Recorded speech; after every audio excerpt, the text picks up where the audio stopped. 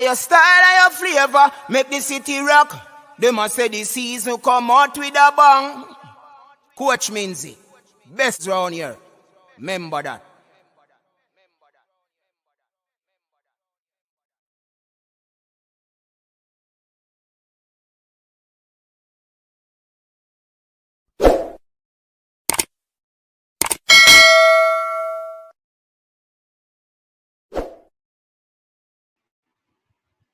Welcome, everyone to the coach's desk. This is where you get your sporting experience, people. And we are here to talk about this interview with Coach Whitmore. We're going to be talking about some Reggae Boyz stuff. I have my notebook here, people, ready to go.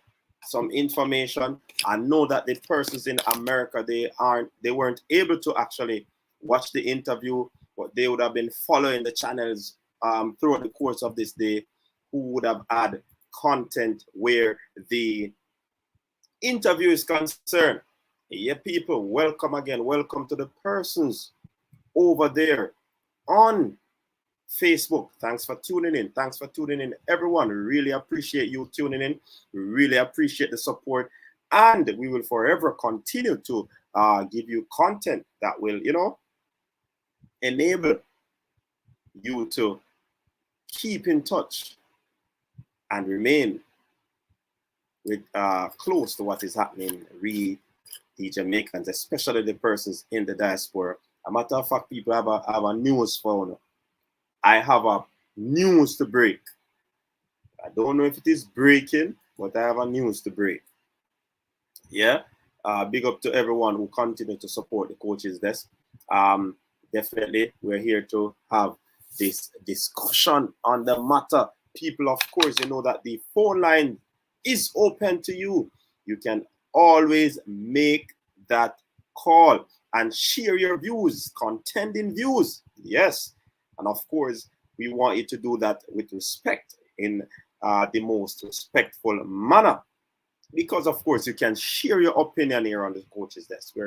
We're opinionated. But at the same time, we want to ensure that whatever we do over here, it is not in accordance where the law is concerned or against it. You know what I mean? So, no defamation. We're just talking. We're just, as concerned supporters and fans of the Reggae Boyz, we're just here to, let our voice be heard. Of course. So, people, of course, you know the golden rule. Like the live before you enter the chat. If you can't enter the chat, we're still encouraging you to like the live. It's one of the golden rules, because when you do so, it will help the video to go a far way. More suggestion. And when it has more suggestion, more people will watch. Is it this that we're getting our first call? Let me check it out.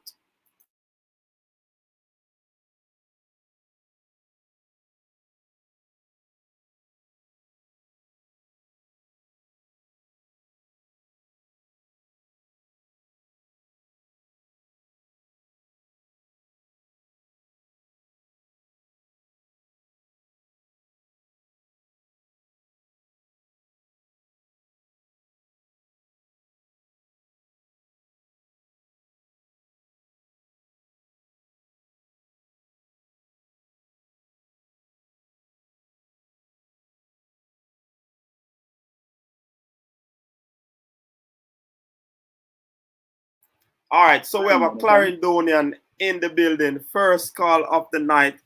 Go ahead, sir. Yeah, I saw Papa Whitmore did an interview where he's saying that the one Ravel Morrison, when he gives him an inch, he takes a yard. Could you explain that for me, or could you even reach out to him and make him explain that to the Jamaican people? Because I really don't understand. I think he's the best one to give that explanation. I really can't speak. I probably can interpret it, and if we know in Jamaican paradox what that yeah, means. we know what that's about. go down in depth and make we understand. Because me sure a lot of persons don't really understand where he's coming from. Mm-hmm. Yeah, man, I'll be looking into that based on what I've written down. I'll definitely be delving into that aspect of the interview. We're going to be going through it, if I can, step by step, question by question. Yeah? Okay, I'll be tuning in. Yeah, man. Respect and thanks for calling. Bless you. Cool. So, that is the matter of contention where this interview is concerned. Nobody remembers anything else but this part of the interview. Coach? Right now, Coach Theodore Whitmore has a buzz, people. Coach Staffer has a buzz. And I can't take that from the boss right now. All right, so like I was saying, people, we're definitely here to have a wonderful time. As I said before, what we do here, we try to keep it in the confines of being, as authentic as possible, as, grounded as possible. And definitely, we know that this is watched by a whole lot of people, families from all across the world. So big up to all the persons right now in Canada. Big up to Vancouver. Big up to Toronto. Big up, big up, big up. Big up to the people in the United States, Massachusetts, Boston, Connecticut. Right now we have Brooklyn, New York, the whole boroughs of New York. Big up on yourself, New Jersey, the whole works, Virginia, South Carolina, North Carolina, Florida, Atlanta. Big up on yourself. And if you're watching from elsewhere in the United States, welcome and big up yourself as well. Big up to the persons from South America. Big up to the persons from Africa in the building, from Australia. Yeah, Australians are in the building, people. I think they don't watch it. Yeah, man, they watch it, man. So we appreciate that. Big up to the persons over there in Middle East. Yeah, man, the oil-rich area. Watch the program too. So we appreciate that again. Caribbean folks, Cayman Islands, big up yourself. Bahamas, big up yourself. Yeah, man, I don't know the things setting up, people. Big up on yourself. All right, so we want to go through a few of the comments and then I want to get my notebook out because I'm going to try as best as possible to try and, as Mannings one said today, dissect. Mannings, big up yourself. Cataract, big up yourself. Bertram, a.k.a. Cranky, big up yourself. Yeah, man, was on Cranky's program today. And I mean, it was a good program, Cranky. Big up yourself, man. I don't know the things setting up. All right, so big up to Formula Sport. Big up to Mario Dakers, aka who that? Better not tell me who that. Now the CM military, man. Big up to Reggae Boyz commentary. Big up to IMAX TV, JD. Who else may I miss out? Fourth official. Big up yourself, same way. Dre Anyweather. Mr. Primo Vision. Who else may I leave out? Tell me now, who else may I leave out? Alright, calls are coming quick and fast. Caller, welcome to the coach's desk. You're live. Yeah, I'll go have a boss. Blessings, man. Where you calling from? Vancouver. Vancouver. This sound like what the name again? Mackenzie. Mackenzie, alright. Cool. What say you? Yeah, man. Not more Whitmore than you to me still. Really? Yeah, man. I told me I tell us a long time, Whitmore and Warren here. I just Whitmore that one. And now I'm gonna get a better Whitmore. I just Whitmore that. Take it from me and trust me. I Whitmore that. Alright, so not new. Alright. We believe you, Mackenzie. Yeah. Yeah, man. I just stop my coffee still. Right. I know if you're dead a man and do a coach. You're dead a man in the man. Really? Early morning I get a 1-0. A ball attack, but not real life. Oh, a ball attack, but. No ball attack. I trouble you, man. But no, it's a ball attack, man. Yeah. But make we sit down. Make we sit Yeah, down. man. Make we sit down. All right, big up yourself. Alright. Big up yourself, Mackenzie. Yeah. All right. So yeah, man, there you have it, people. Vancouver in the building, you know. Vancouver always a jump out. Man, them say Everton will kill you, man. You serious, Vancouver? Hey, don't make me have a draft for me United jersey neck. I see anytime I put on that jersey, there are worries, you know. All right, let me jump over into some of the comment section real quick right now. We have Validon Music in the building. Welcome, Validon. Mark Chambers. Welcome. People now wait long time now. Fresh. Big up yourself, Fresh. Capo in the building. Another caller come in. Guzman. Big up yourself. Issa. Welcome to the show, Issa. What go on, coach? We are here, you know, Issa. Talk about the thing, you know. What say you? Bless up. To be honest, listening to Tapper's interview, I see why he probably shy away from interviewing. Because to be honest, I mean, I see why he probably shies away from interviews. I was really disappointed. I never really got anything in depth from what he was saying. It's pretty much things on top or, you know, whatever we already know. I didn't really get much from him. So I wasn't impressed, to be honest. But we just have to support him. I really wasn't impressed. He talked about the 3 games that we played, and I never when I talk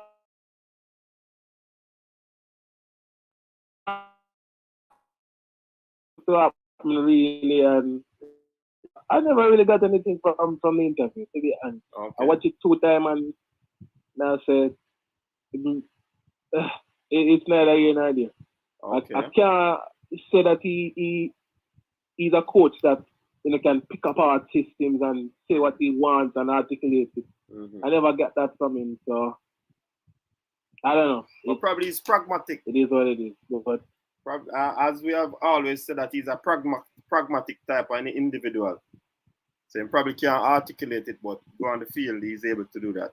You think so? Yeah, and even when George asked him to speak about Speedy, like the only thing he said was Speedy does the simple things, the simple things on the field. Like, well, coach. Probably he's not loquacious in him, just, you know, a man of few words. So we have to understand that is personality. I know that, but if you are a football man, you're supposed to can talk about the ball game. Right, so you know the football jargons and all of these things. But, right, you understand? I may never get that from him. I'm not knock him per se because I know people are different, but you must understand what I'm talking. Coach, he is a football man. And if me, I got talk about a player with me having a mind squad, that means I just have fun. We can talk many things about him, what he offers to the game, his strength, his weakness. Especially to justify his inclusion as one of the core players. Right, because George was saying Speedy Williams, you know, has improved leaps and bounds and etc. And tell us what he offers to your team. Yeah. And the simple thing I said was he does the simple things on the field. I wasn't looking for that. You understand? Yeah. Because we know what Speedy can do. We can tell you the things that what Speedy do and articulate. You understand? Yeah. But if there are fans out there who probably, you know, watch the game like me and you, coach. You know what I'm saying? Yeah. But we just have to rally some of the team same way and give him more support. All right, Issa, big up yourself, man. All right, that's it. That's it, right? All right, J-Ross, I see that call. You can call him back it up. So Eagle Republic, big up yourself, Eagle Republic. Eagle Republic, not easy, you know. Welcome. Tennessee, big up yourself, Tennessee. J-Ross, big up. Fresh. No, man, this is not good. You know what I mean? You do it fresh. Yeah, man. You have a look at talent, you know. What talent you have to. Jason Ferran, big up yourself. one of our members to the coaches, that's Jason Ferran, one of the erudite. Yeah, man. Them money when you become a member, people, you become a part of the erudite squad. Yeah. And Jason is one of those persons. Big up yourself, Jason. Welcome. J-Ross. Now big up some people. All right, so we're getting another call here, people. Caller, good night. Welcome to the coach's desk. Yeah, man. Good night, coach. Big up, coach. Yeah, man. Respect. Yeah, man. You know what happened to me recently? No. We come to a realization. Right? You know, me realize. Realize that this whole campaign is a pet project. Is that what? For Theodore Whitmore. It's a vanity project for Theodore Whitmore. Okay. Yeah, man. That's your conclusion. And it's also it's also a project to prove that we don't need. It was at the beginning, but that has fallen apart. Yeah. It was a project to prove that we don't need the overseas band players, especially the UK band players. Right? Yeah. How I came to this conclusion was something you said the other day. Yeah. Plus some other things along the way, and it all add up. Okay. I don't remember exactly what you're saying. You said something like, in order to prove something. Yes, that's what I said. In order to prove something. And it's a fact. That's why he's not really into the input of other people. He wants to prove that he can do it by himself, mostly. Right? He can bring the team to the World Cup, and no matter who he uses, no matter the quality, it doesn't really matter as long as a team, him a commanding. Right? He believes that he can do it. Right? And he don't need no much input from anybody. That this is his project. This is not Jamaica's football team. This is Theodore Whitmore's vanity project. That's what we get from everything, to be honest. Okay. All right. That's your interpretation. Who are we to say it otherwise? Yeah, man. So what the man name? Hello? Say that again. No, I say what the man name? And which part of Jamaica you call from? Yeah, because you can't break up in a coach. Yeah, I say where you calling from? I sent him leave now. All right. Big up the people. Yeah, man. Big up the people and from Senti with two names. Yeah, man. Big up yourself. Yeah, man. So yeah. That's it. All right. Cool.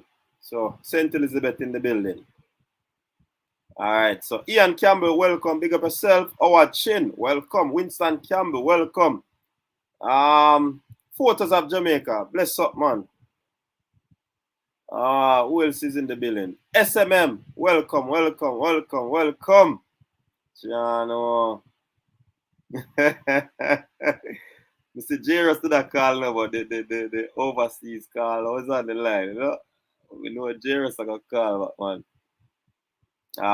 Lee Young, big up yourself. Yeah, man, Ali Clarendon massive in the building. Coach Tapper deserved to be attacked from all angles because he embarrassed Jamaica in the face of World Cup. The world with that interview. No, man, you know, say world will see it do Ian. Because it not gone to US, you know.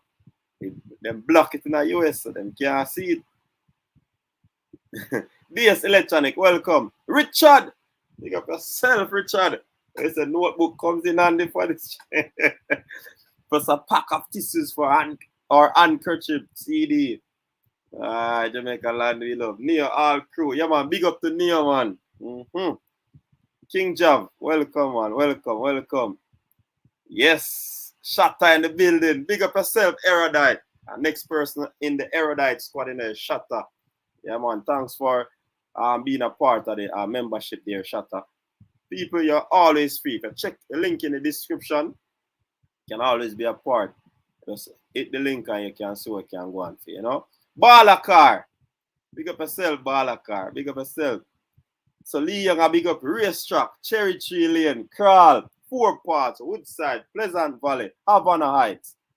The whole Clarendon that, you know. Yo. Where's the Jason? Yeah, no. Trust me. Big up everyone from Pakistan. Yeah, man. Big up the Pakistanis. Rain Scorpion, welcome, welcome. Jungle Jesus. Ravel the beat to here at Jamaica. Best midfielder I'm on right here, so right? Wayne Evans, welcome. I say Miami in the building. Big up yourself. Yeah, man, the whole diaspora there tonight, man. Issa, bless up. All right, shut up. Big up yourself. DC, Maryland, Virginia. Oh, you mean? Shut up. Our persons from those states watching, you have to tell us that. Okay, you just run big up, so. Yeah, man. Oh, Ryan LFC. Yeah, man. Big up yourself, Ryan. Oh, left out, Ryan. Oh, just tell me who me left out. I am sure, boss. Manning's man. Who me left out?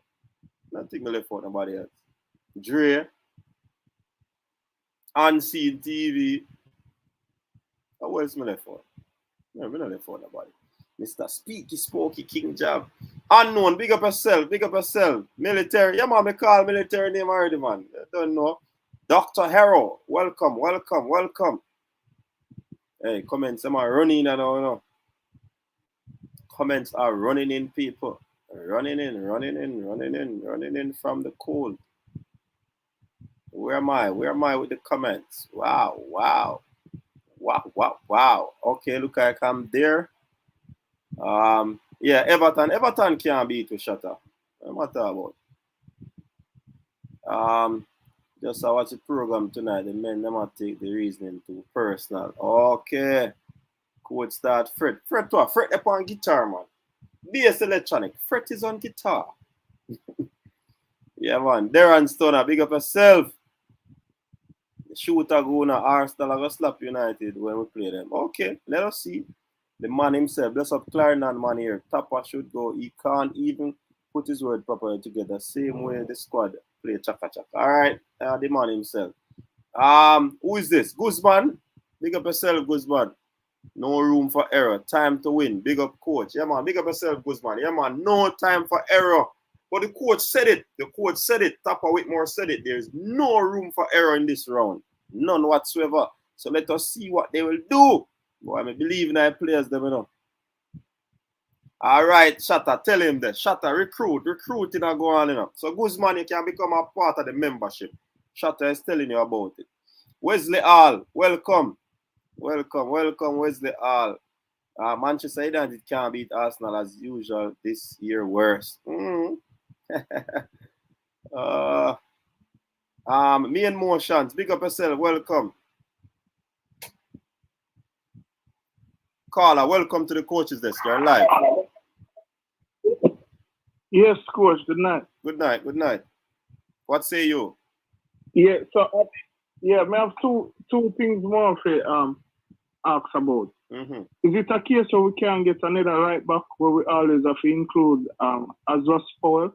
Because I don't think he has an assist now in probably like 5-6 years. But Javian Brown is there.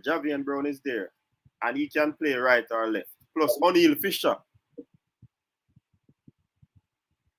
Yeah, but the coach always chose Powell. So what's behind that? Even when Powell was out of a club. I can't tell the reason behind that, you know, honestly. Yeah, and my other question is, my other question or comment is that, being that we can't afford another coach, as you would say, and we have to use someone local, isn't Miguel Coley a better coach for Tapper, who can organize a structural football team or formation? Well, we have seen Coley's record in the Manning Cup, but that was Manning Cup. He was assistant to Schaefer, and that duo failed. So I mean, we don't know, but I think Miguel Coley is a very good coach. But yeah, because not to cut you, but I think Tapper is just going based off picking players with expectation of individual brilliance. They don't have a system. Mm-hmm. Okay. It sounds like you don't agree with that. Say it again. I was a bit distracted. Say it again.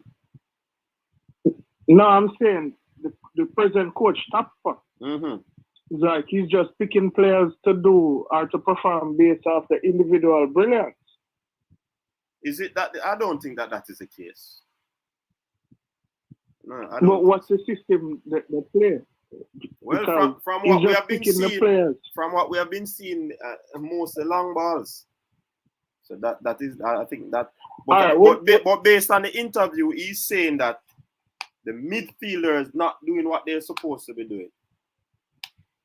In other words, he's saying that the long balls are probably being played because the midfielders are not demanding the football. Nah, okay, I hear you.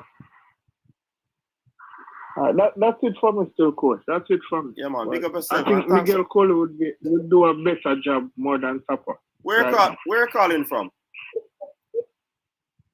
Connecticut. All right. Connecticut in the building again. Big up yourself. Thanks for calling, though. But you could be on to something. Yeah, man. You could be on to something. All right, bless up. All right, get in the calls, people. Get in the calls.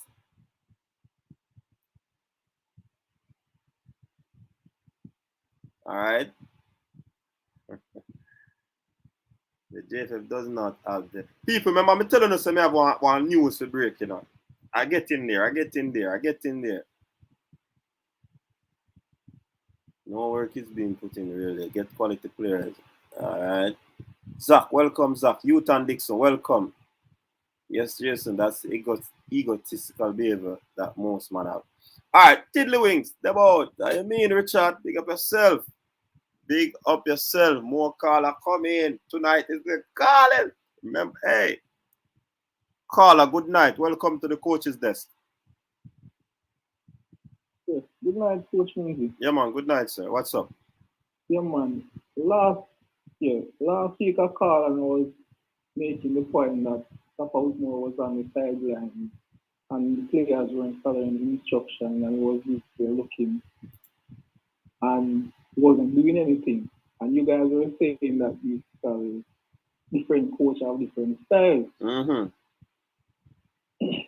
But he basically come out and said the same thing in the interview. And if he's the coach and the goalkeeper and the defender kicking the long balls, who should basically be telling the keepers and the defenders not to do that? Oh boy. But look at the point, Carla. I think you're making a brilliant point. I know where you're going with that, you know. But look on this other side of it. What if the coach, or not say the coach, let me leave out the coach. What if the goalkeeper and the central defenders see where the midfielders aren't presenting themselves for the ball? What do you expect that they should do in a scenario like that? But it's the same thing. That's why the coach is there. You know? If I said the player that if the midfielders are not present, similar to how he called Maggie and gave him instruction, that's what he should have done to anything. Is, you know, to me as a coach, it doesn't really matter who is on the field. You should have enough respect and enough power to talk to the players. Yeah, true. I know that's where you were going, you know, but I just wanted to say, if the team was high pressing, what other thing are you going to do? Aren't you going to have to go along? Well, unless you don't have confidence in your midfield players, then coach. Jungle Jesus, big up yourself from DC. You about that. Continue. Yes, because I am saying, coach, if you see that the midfield, if we are being outnumbered in midfield and we're not getting the ball to the strikers, it's either we are going to pull one of the strikers and strengthen the midfield, or you must have a competent player in that forward line who can come back to give support and give passing options to the midfielders. Mm-hmm. But then, to me, the instruction will still have to come from the coach. Yeah, it's for real. Because to me, and I think from months now, you have people who know him from Mobile so that he basically carry feelings of players. And I think in that interview, it come out in the interview that obviously something happened with some of the players. And he might not talk to the media and say, well, this and that happened, but on occasion he does basically trying to clear his mind, and it doesn't sound good. Yeah. But coach, you know one thing that Chatterat said that I think going forward, if the JFF need our support, we should not have a squad because without a press conference and include everybody, because it's not just the mainstream media supporting the program. You are doing your program. I am sure doing his program. Ryan doing his program. Pamela, Dre, anyway, everybody doing their program and they're giving support. So we all might not be right, but we have something to contribute.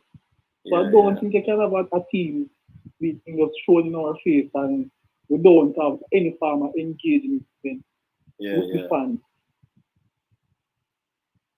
Yeah, man. All right, man. So I think I'm not sure where. I don't. Go ahead, coach. No, man. I say you're on to something, man.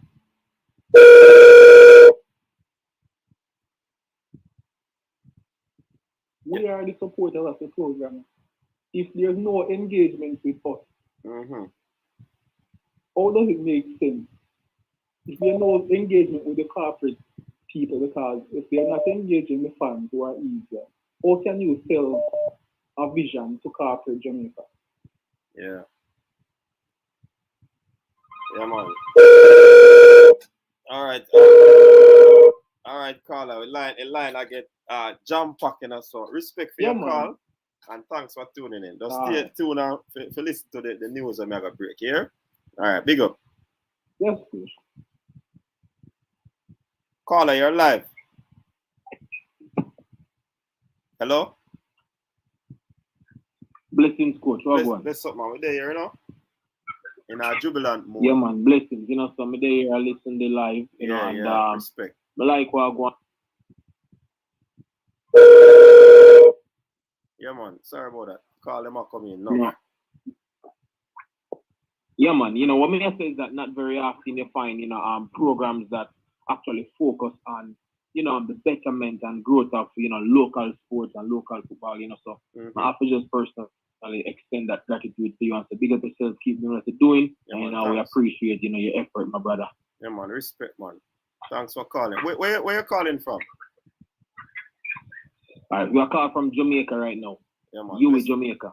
Yeah, man. Bless up yourself, man. Really appreciate the sentiments, huh? Yeah. So name is Miguel Grammar Zone Reed. Oh, Grammar Zone this. Big up yourself, Grammar Zone. Yeah, man. See more time in our comment section, man. Big up. Yeah, man. So what me I say now, you know, bro, is that you know, Tapper contribute a lot to the sport. You get what me I say in a Jamaica. And the thing though is that we have to understand that everything rise and fall and leadership. I was listening to what he was saying, and at the end of the day, just compare any other league, any other competition, any other club. If the coach gets a particular task to execute, you know, and the coach is not executing the task, they either they either buy into the coach's vision and support the coach, and after the coach gets what he wants, if he cannot deliver, then the next option is to get rid of the coach, because the coach's lid is actually too small or is not in line with the club. Now, in a case like Jamaica right now, my brother, we realize that Tapper is passionate, but being passionate doesn't necessarily mean that you have the expertise, you have the skill set to actually get the best out of these persons. These are persons who we witness in an EPL, in a Bundesliga, across the world, who are constantly, ranked among the best, but nonetheless, when they are playing in this gold shirt, they are performing low, my brother. It speaks to the system that we have here locally.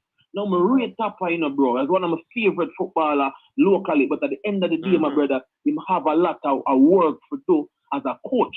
So I think that we need a coach, my brother, because at the end of the day, the lead of the leader will always determine the speed of the pack, and he is the leader. So that's why when these same players go to different places, different clubs, then perform different because that club have a higher lead.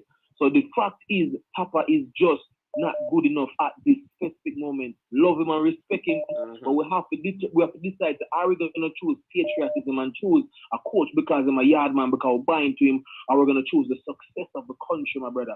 And it's that point where, we don't have to say, yo, push him off. It's like, oh, Chelsea do Lampard and say, yo, bro, guess what? Go and go actually work for yourself. You actually have a job to get back here, stuff. And just let him go. But then not let him go disrespectful. Then not let him go for the work for himself. So, Tapa probably needs to go take a stint in some club like Genks or Anderlecht or some other clubs and build him credibility, in coaching credibility. And, make we get somebody who can just deliver the job right now, bro. Yeah, a big man, no, I'm from 98 minutes to Jamaica going nothing. I don't want that before we win something, bro. Yeah, man, I agree with that. Man, I agree. All right. Big up yourself. Yeah, man. The line kind of full up now. Yeah, man. So big up, bro. Yeah, man. Respect for calling. See? All right, blessing. All right. So, Neo Sovereign, welcome. Welcome to the membership. Big up yourself. And I forget, Crystal ever here, so me never bigger up in a problem, Crystal, Talawa TV, big up yourself. Halftime TV, big up yourself. What else we did miss out? Sports down the middle, big up yourself. Caller, you're live, welcome. Hello?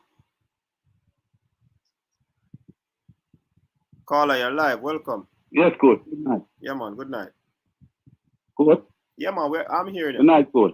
Good night, sir. What's up? Oh, I didn't respond. Coach, to be honest, I've been watching your program for, you can't call it months now, even before you even start your first TripleTreat. Yeah, man, respect and manners. I got to tell you our honesty and our honest thing. I always believe that we have a credible program, that's something that I can sit and listen to on a weekend, because I'm a football fanatic. Right? Me go to 98 games, leave out of my house from 6 o'clock in the morning to go our 1 o'clock game in the National Stadium. That's how I love football. And for the last couple of weeks, last couple of months, I've been watching these bloggers like yourself. And I see the little narratives that you guys are pushing. And sometimes I don't know if it's a thing where it draw more viewers, listeners to the thing, but sometimes we have to be careful of what we put out here now. And it brings back a feedback that is sometimes negative. I'm not saying that Whitmore is the greatest coach, but sometimes you don't need the greatest coach. You just need a coach that can get the players, the mindset. Pass through so many coaches. With the Reggae Boyz, 98, we get coach after that, get back Reggae Boyz, it didn't work. This coach pick up Jamaica when basically them couldn't pay anybody to do the job. And this is how I look at it. We always find a way to beat our own, to fight down our own, to get rid of our own. Yeah. I've watched so many football interviews. I watched a football interview with Robbie Hearn. And him say it himself, this is somebody who represents Jamaica as an English player. So it's time for Jamaica to just stick by their own people. Stop trying to get foreign coach to do the job. He's not the greatest. Me follow Manchester United. Ali is not the greatest coach. But at the end of the day, whatever little results he can get, he get it. We run third, he comes second the following year. Who to tell? He might surprise the world and even win the league. Probably we are overpreach or overthink it. We just have to give people a chance. Some coach have the biggest squad, the biggest team, the biggest money, and still don't produce. Well, let me ask you this, caller. Let me ask you this, caller. because we try to be very objective on this program. You know. In the game, with the nature of football, I know football is running now as a business. Do you believe that some of the fans out there, because not I must tell you this, not all the fans are calling for Tapa, right? To be out. So I want you to get that straight. I'll let you finish. Huh? Yeah, I'll let you finish. Sorry, I was cutting in, but I'll let you finish. No, I'm saying not all the fans out there are calling for Tapa to get out. So I want that to be absolutely clear. But in the nature of football, and because it's a business, people don't have time to give persons time to put their thing in jeopardy. I tell you this, Tuchel has came into Chelsea. May I use him as reference? See? Probably another best reference. Probably another best reference. But he came into the Chelsea team and the man changed the whole thing in Chelsea. Win Champions League. Brought them back into fourth place. With a super squad that Lampard picked. So hold on. No, we are the same people that we are say this generation, these footballers that we have are the best since '98. So we have a golden generation. So what people are saying, the top old people, is that you can't have a golden generation and we miss out on World Cup. And based on how we start, the people them not in no chance. So that's why we can't understand why they must say Tapa out. Yeah, but coach. Yeah, no, but coach, listen to this now. Coach. Argentina, me follow Argentina as a. You have a minute here. From me and you. You have a minute because some more callers coming. Oh, that's why I'm telling you, coach, me have to get here and talk to you because even with the interview that you guys are all the rest of bloggers are talking about, when I watch that interview, based on what you guys are saying, that is what I get out of the interview, you know. All right. Because when you go as far as I'm saying, him tore Ravel under the bus, and that's not what I got out of the interview, you know. And everybody is running that. You even say it on military guna, is like him tore Ravel and Damian Lowe under the bus. Right. And I wonder if it's a different interview. I was watching that I saw on Sportsmark. Here what I want you to do now. I want you to stay on the show. Because I have my notebook. See? I want you to stay on the show and then we're going to dissect according to what Manningsman did. We're going to dissect. Me make sure I get all of the questions, you know. So we basically go back to the interview. So more you stay and you listen. The interview, because based on what you said, right? And you were saying that even for the passes that Damian Lowe wasn't. Based on what you said, I think as the coach said it, you know, why it was the interview mate that asked those questions, you know. Say it through the 3 games, he make 13 passes. And the coach said that, man, at the interview when he was at Giant Rovers, that to me he was saying that's the reason why he leave that club, because they were bypassing him as a midfielder.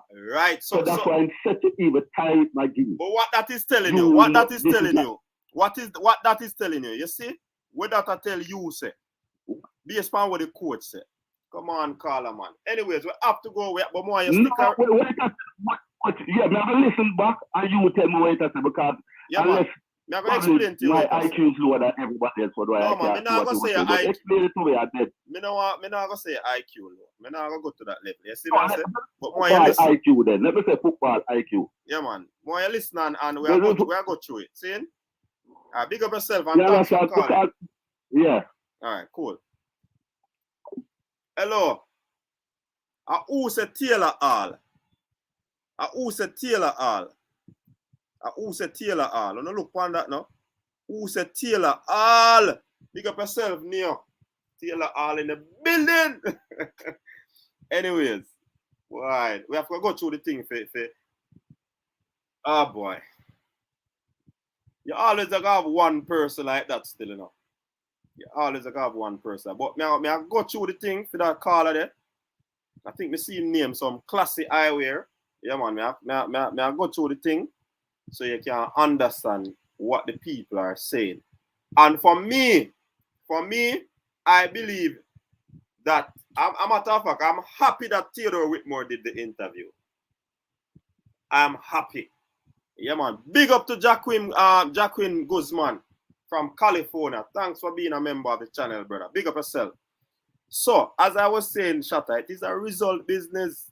And the man I say, boy, but we can understand why the federation is not getting rid of Coach Theodore Whitmore now. So we kind of have Theodore Whitmore as the head coach for now.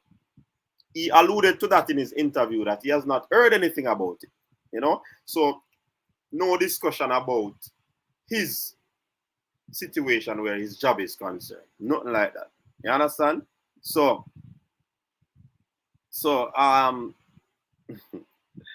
but we are go through it, man. We are go through it. You see the point where Whitmore said, why him come back? This is how me interpret it. Why he came back from England or Tranmere is because a pure long ball them play and I'm a bypass the midfielder. So him come home because he knows him a midfield general and he want to take the ball. So he's saying that. One day if he must say. Anyways, me not try to read the man's mind, but pick sense out of nonsense with that comment there. Me know I'm smart. This is not only about football, this is about also being intellectual. You see me I say? That's why his squad name Erudite Squad, because his squad. Yeah. Right, Shatta? Right, Jason? Yeah, man. Big up on yourself. Big up on yourself. So what, you know,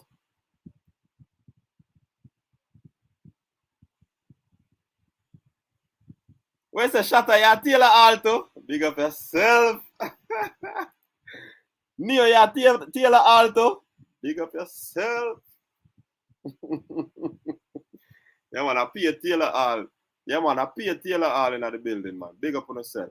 Mr. Match interview, I say Rex. Rex a puppy, you know. Anyways, but I know this that still, you know. That one that just jump on. One Taylor All. Miguel Reed. Hey, look like a whole like Taylor All in my roll out now. Yeah, man. Taylor All. Straight. Where's the Jason? Taylor All? What you mean? No, seriously. Me don't want to get it. Me don't want to really get in a no intellectual battles with anybody, you know, because you see, the fact of the matter is that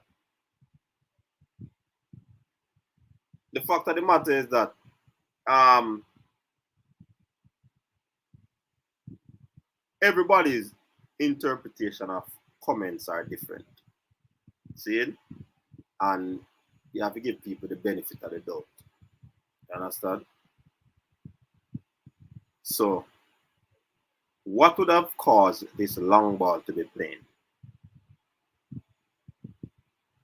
You see me I say? It must be something.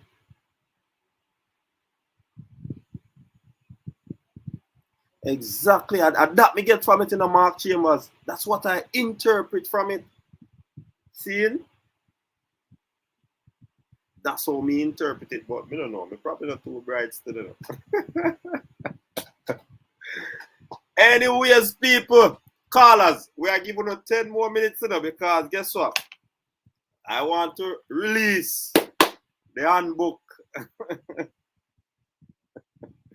So yeah, big up to Mr. Speed. Mr. Speed Cavalier team is in the final. It's a top as a Rex. Hey, Jason, be yourself, you know. Now, Coach Rudolph Speed team will be in the final tomorrow of the Jamaican Premier League. They will go up against Waterhouse. That should be an enthralling encounter. Yes. Good match that. Two good minds in coaching. In what the brother the name again? His name now see him face, but I can't remember his name. But we know Rudolph Speed against Marcel Gale. Yeah, man. So Omar Perry Post Office Gate. JFF United in the final.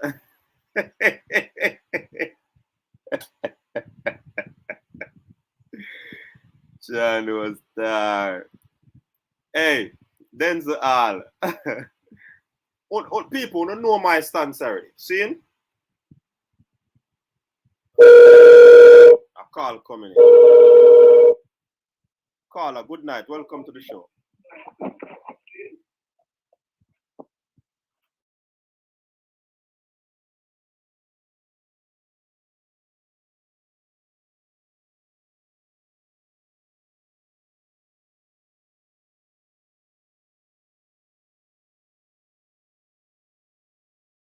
I've been listening to your program. Yeah, man. Thanks for listening. As well as I've heard a lot of talk. This last caller that was saying what he was saying about what Tafa was saying. I kind of agree with what most people are saying. And I'm saying this.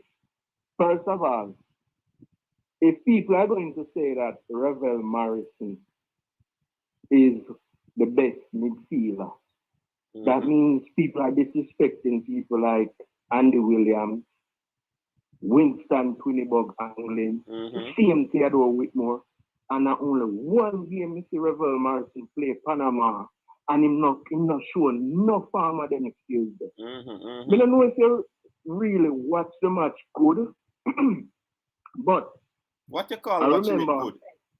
One occasion. You're saying something? No, I'm saying what do you call watching the match good? The Panama match. No, what do you mean by I don't know if you watch the match good? Explain that jargon to me. Or that term. Well, what I mean is that analyzing it in its entirety. I remember one part in the Panama match where a throwing was supposed to be taken and Colbert went to take that throwing and you could see him calling Revel Morrison to come for the football. And Revel just stand up there, he not move, he not come for the football. And people say Revel Morrison are this big time baller.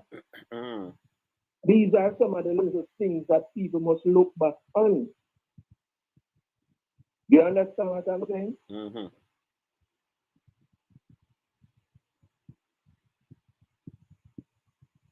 Hello? Yeah, I'm listening, man. So, because of that, people must just listen carefully. They say you have the things that you're going to read out so that people can understand clearly what you guys are thinking based on what he said in the interview. And that's true. But people also must look back on the fact that Theodore is looking for consistency. We can agree with that.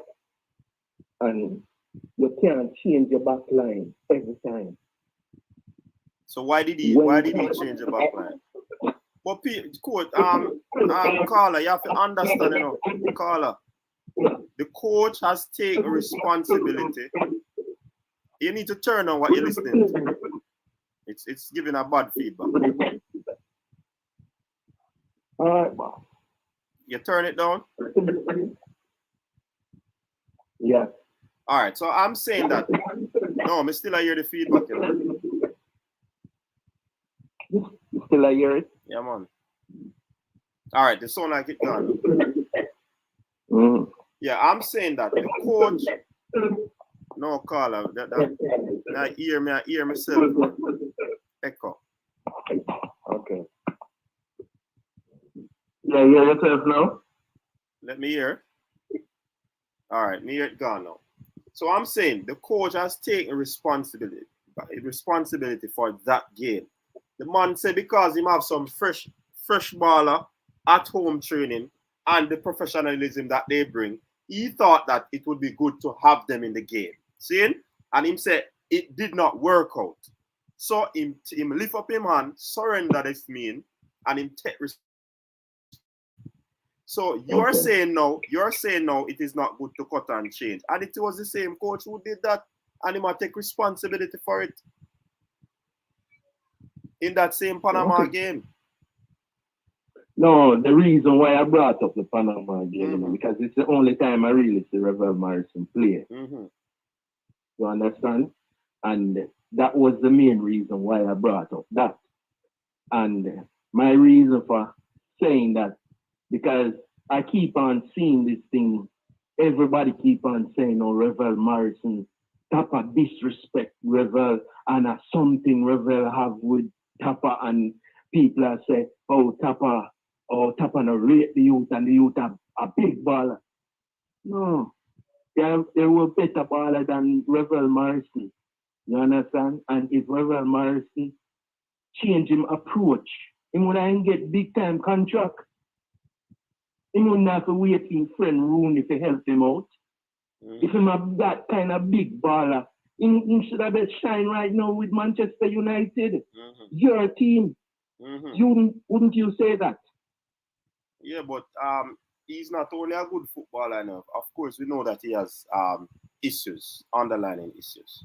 So probably and those that's are the one issues. of the reasons. Well, not probably underlying issues. Those are the you issues. Can have skill enough, but your professionalism is left a lot to be desired. And that can break you. That can question. There are some people, and I keep on saying this. Why? Look at Switzerland the other day in the Euro. Switzerland played well. Why? Because tactically they played to their strength. This is what football has gone to now. So skill alone is just 20% of what football has to offer. You have to use your head in a football game.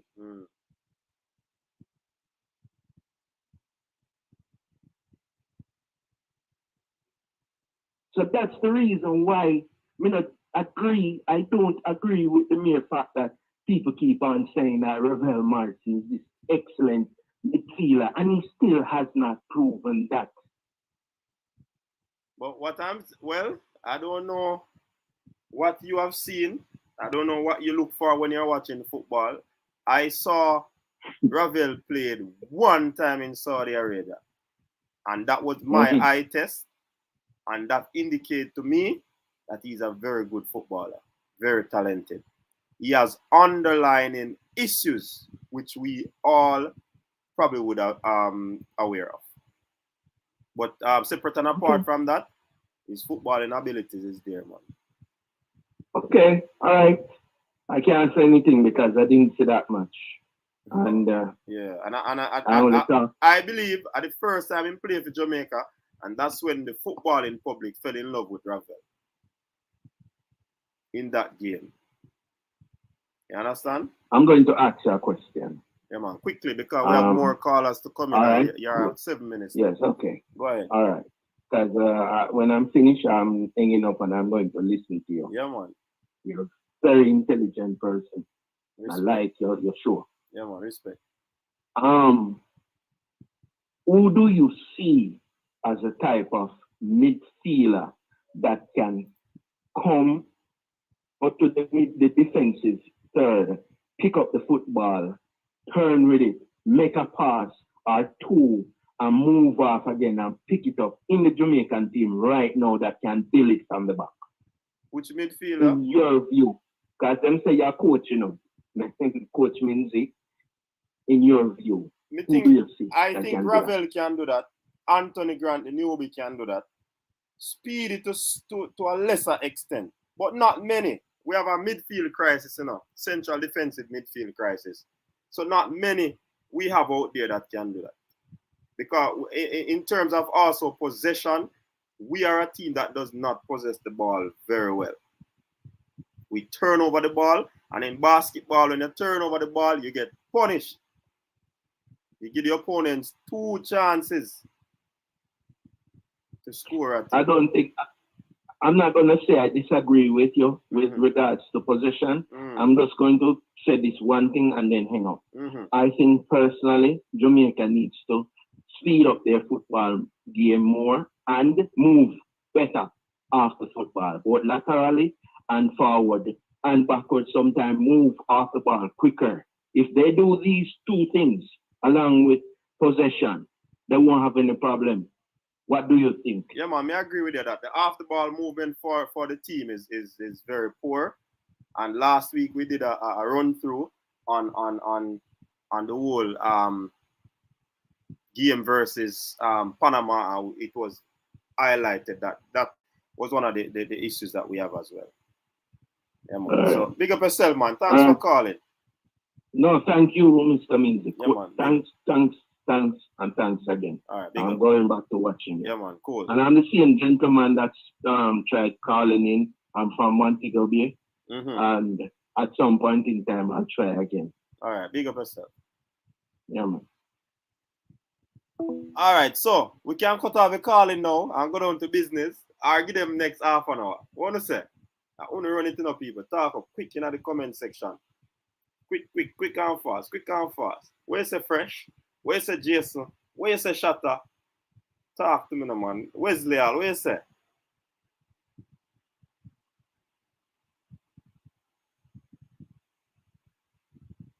Craig said the squad is very good squad that can win USA, but it depends on type of strategy that he use.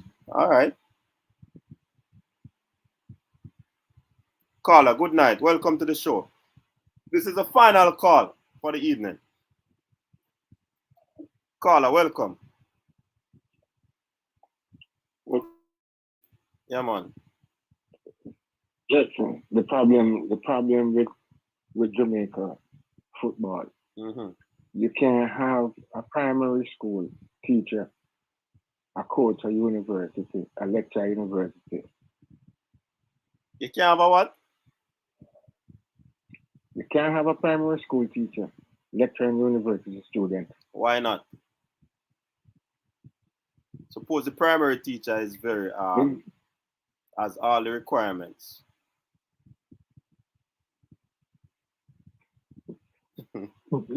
I know where you're going in, but I know where you're going in, Carla, but you have to be clear, man. You have to be clear because you have primary school teacher with master's degree. So you have to be clear. You have to be clear. You have to be clear, you know. That is Jamaica problem, right? He's saying these players are not listening to him. That means they're not buying to what he's saying. No, but the man say no believes him. No, but Carla, him believes. He said it like it's a person.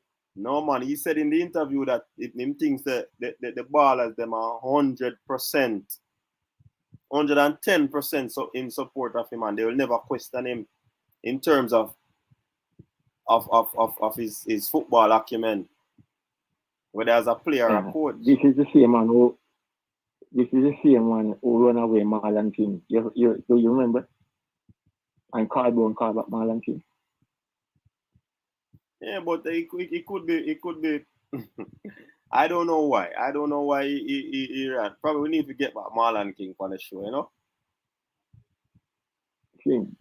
But you should listen to Marlon King interview too. Say that again. You should listen to Marlon King interview. Yeah, man. We had him on this show, you know, but I can't remember what he said because it was so long ago. I saw it. I'm calling from Canada and I watch the show all the time. Yeah, man, respect, man. Big up to the Canadians. Yeah. So you have a good night. Huh? Yes, Carla, big up yourself. And thanks for tuning in. Yeah. So this is a fan. So guess what, people? I don't know if you don't know already, you know, but I'm going to tell you now. Why? We need a sponsor for the program, you know, because we have burn up. Need some Crystal Punch. Need some Crystal Punch, man. All right, so information that I've got, people, is that the marketing manager has resigned. Marketing manager has resigned. Seriously, Jody, no? No, man. People, the marketing manager has resigned and she will not be in office. Where's the Jason? NWC, big up yourself. Yeah, people, on a serious level, the marketing manager has resigned. She will demit office the 14th of this month. Somebody say what? Somebody says about time. Whew. Trust me. It don't look good. It don't look good. It don't look good. So JFF basically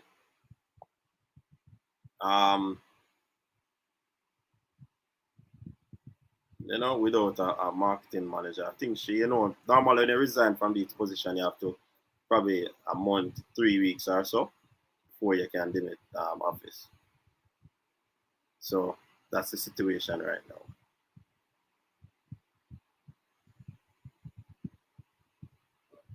You understand? Yeah. After talk, take.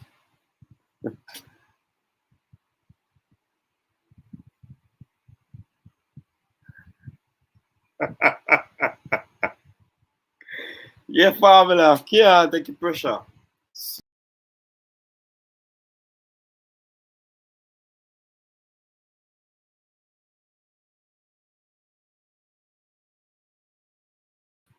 Yeah, formula. Serious thing, man. Run Leffy. Yeah, man. She resign. Me still did that. Me did that reach out to her. And me never get an answer. She not come on it now. I know she not come. Shut up, behave yourself, no, man. All right, so you know what time is it now, people? What time is it now? A shredding time now, The notebook is going to come out. Shredding time. Yeah? Shredding time. I find my first page. Let me find my first page. So, people them. So apparently there are some persons that are saying that we're not supporting our own. The bloggers them, basically a chop hard when it come on to Coach Whitmore. Yeah. And basically they are saying that we should do better. You know what I mean? Yeah, that's the thing, They say that we should do better, we should support our own, and we not support our own.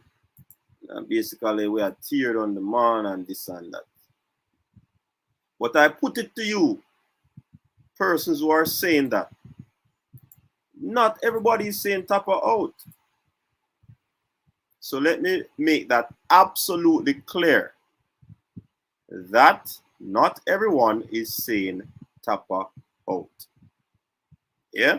Everybody has their own views and they are free to share their views where the coach is concerned. Because remember, the coach is a public figure, Yeah, we have to remember that.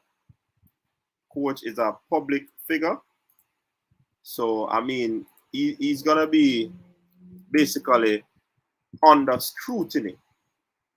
Yeah? So it's not about, and a matter of fact, the coach said, if you're in the job, seeing, if you're in this position and you can't take criticism, do not take the position. And I think that was absolutely brilliant from the coach. I think it was a brilliant statement. So the man know that criticism will happen. The man know that criticism will come his way because he is in the public sphere. So even the Prime Minister gets criticism. Yes, the Prime Minister gets criticism. But when it is done out of order, he sends for them. You understand? I get criticism. But guess what? You have to have a rubber skin. See? I think say, well, I don't know, but based on what the coach say, so like him have rubber skin. Now, moving on. I believe, yeah, man, the link sent out to the panelists, then, man. I them to jump on and all, man. I believe, though, that it was a very good interview in my eyes because I'm happy that he did the interview. We are the ones that have been calling for Coach Theodore Whitmore to do interview. So the boss don't come on coaches, this him, no come on LFC, Formula, all of the channels them. Him stay away from them. See? But he came on the Sportsmax TV. Big up Sportsmax for that interview. See? So I am happy that the coach came out. And can I say this? I believe that one of the main reason for, I mean, sometimes as an individual and a public figure, you have to be exclusive at times, you know. But there's always social media, see?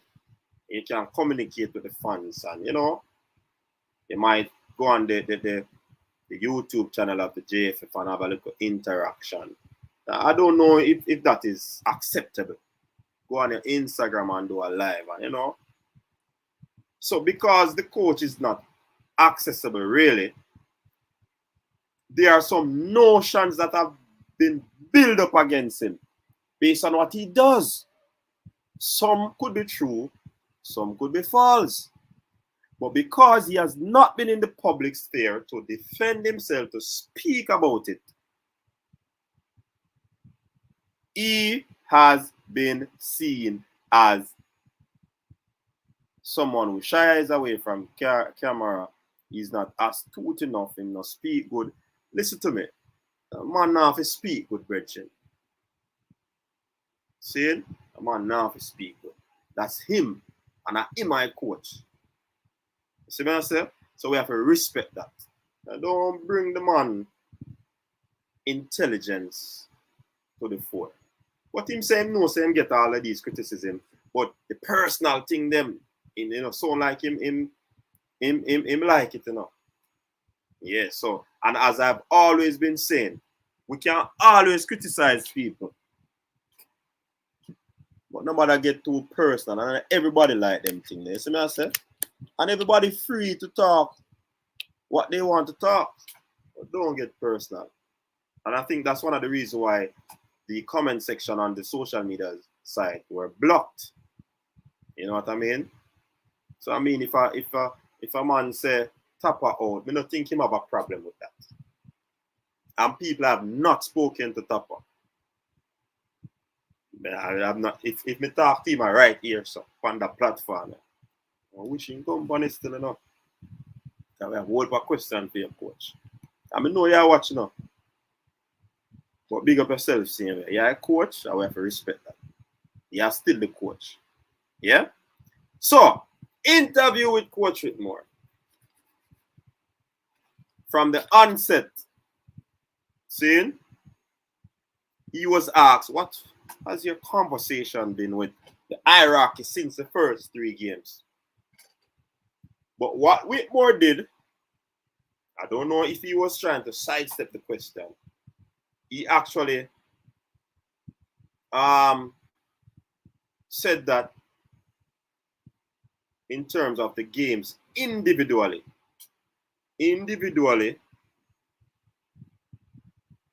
yeah, Pagan, sorry people, Pagan, the coach is supposed to articulate, but the man is not that type of individual. What you gonna do?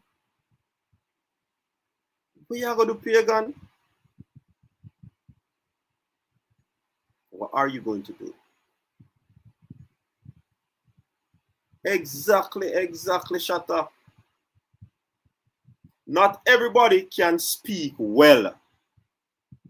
Make we get that straight now, man. Not everybody can speak well. And not everybody speak well is intellectual. And not everybody that doesn't speak well is not intellectual. Probably when the man right, yeah, one day for the same person we talk. So let us not get into that, man. He should be able to, but that is not him. So what you gonna do? I just accept what we get. where that aspect is concerned. Yeah, man. That is my opinion, no people. That is my opinion. This is my opinion. Your opinion might differ. You might don't agree with them, say. Yeah? But that's the beauty of human beings. We're not talking about Shatter, who is a machine.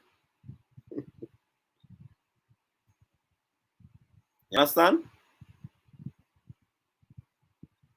Why? Ian, Coach Theodore, Tapper, Whitmore. You may name I wonder. So, if that is a part of his job, then you nothing say. The people them who I am should have ensure say he get some sort of these training. Or him in himself could look and say, hey, we need some training. Come on, people. Yeah, that's not good to understand. So for me, he spoke about the games individually. What happened in the game? We could have gotten a result from Mexico. The Panama game was this, was that, and Costa Rica. He lamented a lot about the Costa Rica game. Yes. You understand? Because I think that was the better game of the first round. Yeah, yes, Formula. See? Now, the person changed up the question because they asked him what is the conversation, that they would have had since with the Iraqi, since the whole first three games. In sidestep that. The person come back again with our next question. What is the JFF saying about your status? Status, whichever way you pronounce it. He hasn't heard otherwise. He is still the head coach. So there's when him answer the question. Say him no hear nothing about him. What the fans are saying, Tapper out. He said that he has not heard that. As far as he knows, he's still the head coach because he's still, All right. So now go the thing bit by bit. You understand? All right.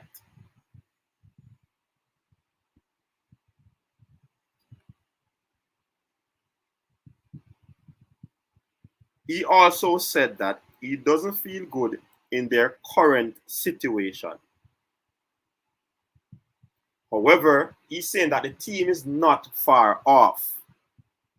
Right? Well, now let's follow the line of argument. The team is not far off.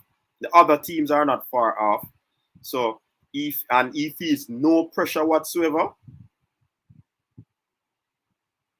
yeah.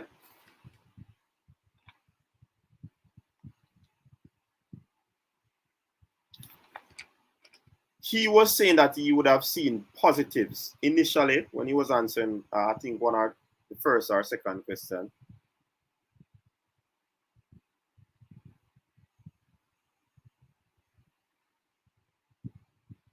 Stopper said on TVJ, the omission of Ravel is a coaching decision. So is a proven thing. I don't understand the part. Oh, me get to that person saying, so it's a proven thing. Okay. The proven thing. But I have to really try to. Why some of us are so negative? Nothing is wrong with criticism. However, the tone of the comments are very disrespectful towards Stopper. He's one of our better coach. Check the record. This is a proven thing. All right, so that's what Stuart is saying. Yeah, man. All right. Hold on. What going on? Let me see Republica said out. Big up yourself, Eagle. Please, God, and shame the devil. If you owned a JPL team like Cavalier or Arborview, would you hire Tapper without Whitmore to coach your team? No, I don't think so. Eagle Republic.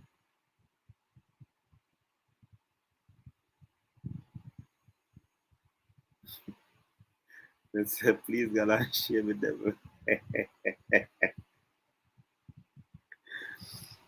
All right, so he said that he mentioned some positive. Seeing that's the way interviewer is saying, And the interviewer said, but me never seen a positive. So more you talk about them. Seeing? That's what the interview said, So hear what the coach said. Apart from the Panama game, they should have all 3 points. It was because of the faulty finishing. You understand? Hey, I'm done with assignments down up the Red Crossing and Eagle Republic. So I don't want to not give me the assignment. I have a big book here, so I got through. That we are dealing. What do I know what me? All right. If you remind me, Red Crossing, I can answer it. All right. So the man said, apart from the Panama game, they should have all 3 points. Especially in the Costa Rica game. It was because of faulty finishing. See? He said that the defense is an issue. We letting in too many chances. If you want to make it, the defense need to tighten up. See? But my response to that is this. The defense will always be under pressure if somebody in the middle of the park does not settle the ball game.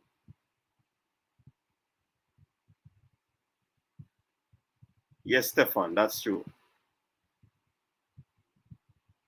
And of course, it sounds like Tapa has a level of disfluency. See? So we have to take that into consideration. If you don't understand what that means, you kind of stammer or stutter. Right? So that is how I would respond to this, where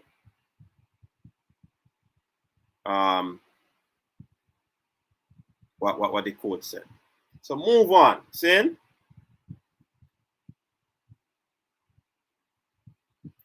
The team is riddled with injuries, right? That's the next question I ask. How do you look at that to get the best? Man say, yeah, well, we know that we have some injuries. Nicholson, sorry. Big up Catara, Corey Burke, Leon. In order to combat that, he's saying that what they have to do is to pick a balanced team, right? For him to go against the injuries. So despite of the injuries, he's saying that in order to counter that, we need to have a balanced team. Yeah. The reporter continued and said, "What would you do differently?" Defense tighten up. That's what he has been lamenting through the interview. Defense need to tighten up. But me I go say it again. If there's nobody in the middle of the field to ensure that the defense is not under pressure, he will continue to break the defense. Because if every time the ball go long and the player's not holding on to the ball because we're not a possession team, the defense always are under pressure. He said that the defense need to concentrate more for long periods. So defenders concentrate for the 90 minutes. He's also saying that they should not switch off. That's how he's going to get the best out of them. Yeah? How may I do so far? All right. Cataract, what's up? Big up yourself, man. All right. Well, make you go and read and this. Yeah, man. Cool. So, the reporter kind of all right with that. The question was asked now of the UK loyalty is questioned by the public. Did the public question the UK's loyalty? That's what the reporter asked, you know. By the way, Cataract, you heard the news? The marketing manager has resigned. So persons are saying that you broke the marketing manager's heart. Anyway, Team Cataract at work. Respond later. Respond later. Team Cataract. I am put a fire upon a peasant. Play thing. But yeah. All right. So Aaron is saying that everybody always say our defense is solid, but the coach is blaming the defense for the amount of goals scored against us. But that's what may I say. The defense, of course, I believe the defense is the strongest part of our team. I believe that. Why the defense will constantly make mistakes is because boom, rain. Boom, rain. So every time you run out of the house, rain comes, so you have to run in back. Every time you run out, the rain comes. You know, you have to put out clothes on the line and you think the rain done. When you go back in, you see rain, shower down, you have to take off, take up that again. And you still look the sun come out, and then by the time you put it out again, the rain again. If that happens, the defense will always be under pressure. That is my observation. He's the coach, he's closer to it, and he sees what he sees. I'm not going against that. All right? This is my few cents. So, the man said, the reporter said, UK loyalty is questioned by the public. I don't know where that comes from. But Chapa responded and said, well, the public said we need players. If the results were different, the crowd would be singing a different song or tune. But it's their opinion. What he has to do with his team is to remain focused at the task at hand. That's page number 3. I'm over to page number 4. So the reporter said again, Lance,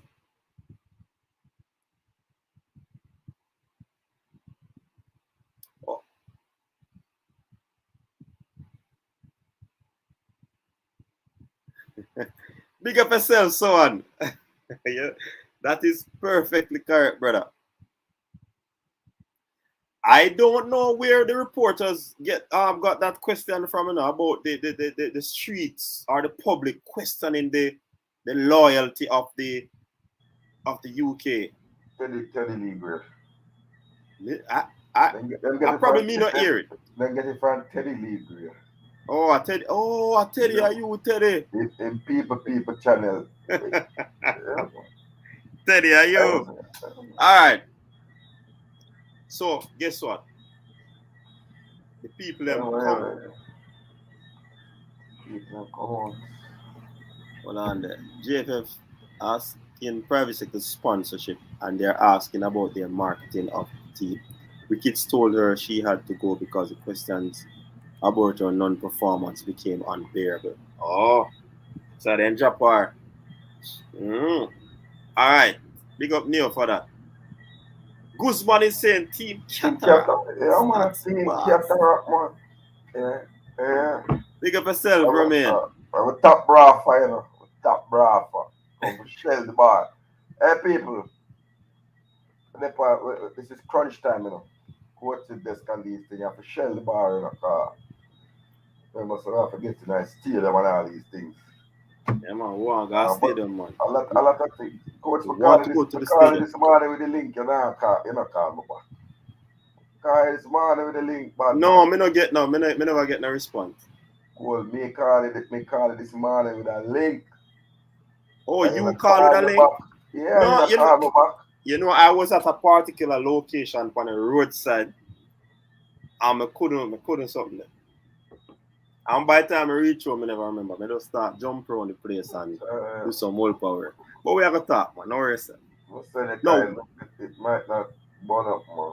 I don't want the link burn up on The link they can't burn up, bitch. Yeah, I want the link can burn up, man. Unless you set it afire.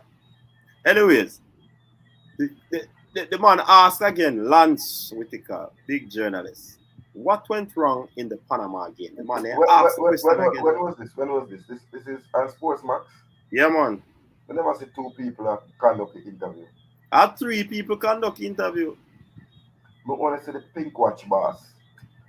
Yeah, man. Lance, the Pink Watch boss, and the lady. What's your name? You forgot her name.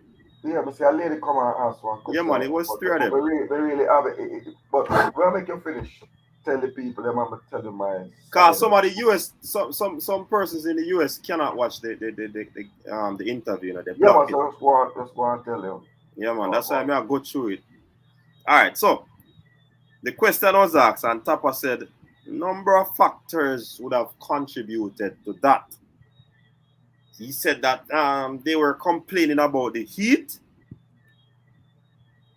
Yes, and what they practice in training that wasn't evident on the field. However, he's saying that he took the blame for that game. He said that they thought that with the fresh legs of those 8 players that were here training, right, and the professionalism that they would have brought to the team, but it did not, it just never worked out. And him said, him take the blame for that. So, for persons who thought that the coach never take the responsibility, here it is. There you have it. The coach took responsibility for that game. You understand? Well, coach, you provide testimony like the man in a Klansman trial. Bridget, hey, listen to me, man. Me tell us if you use some different examples. What I get evidence like in a Klansman trial, ball for ball. Then me not tell her, Bridget. Me I read out the script. The man even miss a comma. Bridget, me listen to the interview, I'm right. Sportsmax and Tapper, but I just plead guilty. Yeah, man. And show yourself at the mercy of the so guess what, Cataracts? See, because I don't want to complete over here before we get no strike. Yeah, man, I play it. We just write it down and contact it. Yeah, but coach, that's how we do it. I be me there we do much page and notes, man. That's how we do it. Yeah, man. That's how we do it, man. 1, 2, 3. I'm at page number 5. Worry, coach. We're not disturbing family. Yeah, man. Guy talk a lag if you can't disturb. Yeah, man. The dumpy truck. All right, so he took total responsibility for that game. So the man actually take responsibility for the way that the team played. So who never hear on the ear now? In the Panama game. Yes. Make him read the whole of the people, man. Make him read so everybody can hear. Why, coach? No, coach. Pamela. Both of you have to mute to mine. My coach just read to the people that can't get to watch it. All right, cool. With the page number 5. Some people still have not watched the interview in the US, but we are gonna try to get it done. Well, hold on, let me see what's going on here, sir. All right, me now to trouble that again. Let me go back to my script. All right, so Lance again, describe the team's strength. That's what Lance asked him.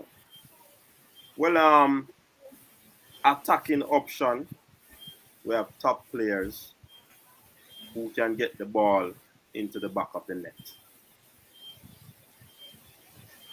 Yeah, that's what he said.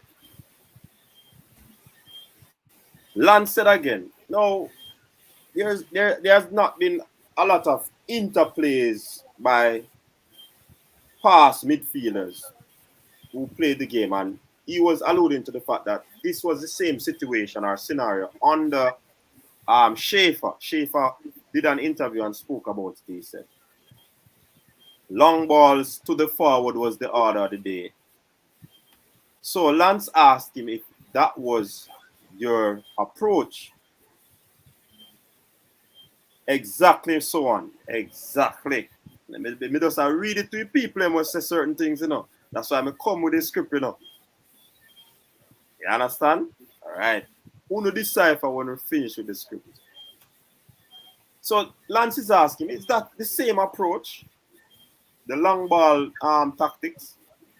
Well, no.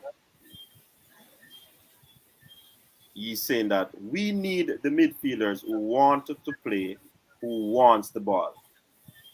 The question was asked about, look at Speedy. Speedy plays simple football, nothing flashy. And, you know, that is the flashiness that the fans want. But Speedy play simple football. How will so if people are not too understand or like the answer, the response to the injury question, you know, so they ask again. Somebody hold on. So they say, how do you feel about the injuries? I ask a question again, you know. Ricky Chupa, if some people in America they can't see it.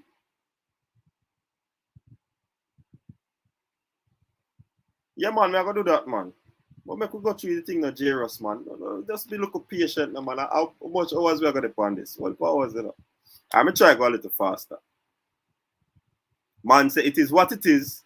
We have to deal with it. That's why depth in a squad is very important, and he alluded to that. So what they did was to play Craig Butler's interview that they had, and Craig spoke a lot of things about what Whitmore should have done and all of this. And that the players had no confidence in Tapa's decision. And it was more of a coaching differences and all of that. Tapa said it's a decision that they made and it didn't work out. So I am shouldering the blame. The man say it again. So with all of this thing, I mean, like when it was a two-part question, you know. The thing the Craig Butler insert was to kind of show off Whitmore for him to probably lament on or talk about what Craig said. But because they asked him two questions, the man just answer the one we believe say are the right answer. You understand? And he said that again, it was a decision that the man said, we as coaches, it was a decision that we make, and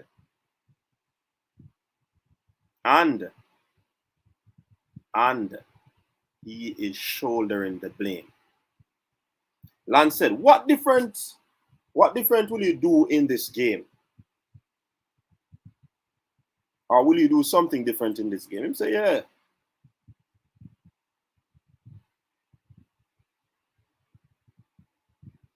Man said, we have a core set of players working with. We are going to inject some others. And people are still talking. Right? The problem is not the national team. So him divert from that, you know, what is the different will you do in this game? Or will you do something different? And he must say yes. Doesn't pattern the right something else so I can't even recognize. So him said the problem is not the national team. Under 15, under 17, under 20. He had a meeting with Sir Rudolph Speed, saying, and him said coming out of that meeting, a technical leader, it should not be a case where them have to go to England every cycle to get players. What they need to do is to ensure that there's continuity with this the youth teams so that they can get players from it. So basically that's what he was saying. George came in now and said that football philosophy does start with the senior coach. Doesn't start with the senior coach. That's what George said, and then Whitmore said, what sort of coaching can be done in a few days? They leave the 4th and they have the game on the 7th. He's asking what sort of coaching him can do. How long him have the team? And George is saying that he's not surprised with the first few games because some people would have want, he's unable to get these. He was not able to get these people, all of these things. He's not surprised, and Whitmore agreed with him. And Whitmore added to that it is still early days, and he just have to ensure that they put the best team out there, and there's no room for error. That's what the coach said. George made mention of Damian Lowe, 13 long balls, too accurate in the span of the 2 games that Damian Lowe played. We have to go look up that. On a point of order, that is erroneous. Hold on the cataract. Hold on, man. Hold on. Let's notice a point of order. And the man with the pink watch, I'm going to call Sissoko upon you. I wonder which pick me watch you take. The cataract. And then come cataract. Ask the question. Coach, cataract. Hold on. Don't go that way there. Remember, that can be defamation. Yeah, with a pick the watch. No, you can't say a pick the watch. You're not a proof for that. Allegedly. It's alleged pick the watch. You're not a proof for that. I don't know anything about this, so. You never watch an interview? Hey, man, I pick one. So Cataract, that information was incorrect. That ability is allegedly, factually, you are now you should be removed from reporting on sports for trying to bring such erroneous. The man had 28 in the 2 games. The 2 games, connecting 8. All right. You understand? Oh, you missed 28. He missed what? 15. He missed 15 football, and 6. Pink watch, man. Football player for YouTube. And I want to come with this powder puff thing. That's what they come with powder puff. And coach was just a bad interview. I don't know how much more page you have to live, but I have to stop there, so. Hey, I will eat more page left, you know. But more selling points, them, man. Well, pink watch, brother. People have to watch a pink watch, dog.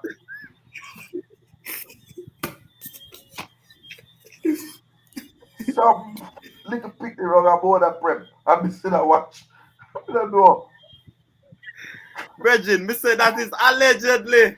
And you then now, in the last 2 minutes, you can't be a fanboy. When we need hard questions to ask about Kaim Paris and Kevin Stewart, you have to ask him about Violet Kicker. Or you like for watching my Violet Kicker. We don't like watch, man. No, man. I ball game him a talk about. No, he did not say that. He said, I like what you do at Violet Kickers. And I think that was so when do a Violet Kickers get a... Hold on, man. That was the best Violet Kickers. And then you got worse when you get to what they face them again. And then you get worse when you get to Tranmere. And worse when you get to the national team. And the coach agreed that his career has been declining since he was a picnic. He's idiot. A man go to the World Cup and score 2 goals, and then you have to talk about Violet Kicker. No, but that is his favorite, Theodore Whitmore at Violet Kickers.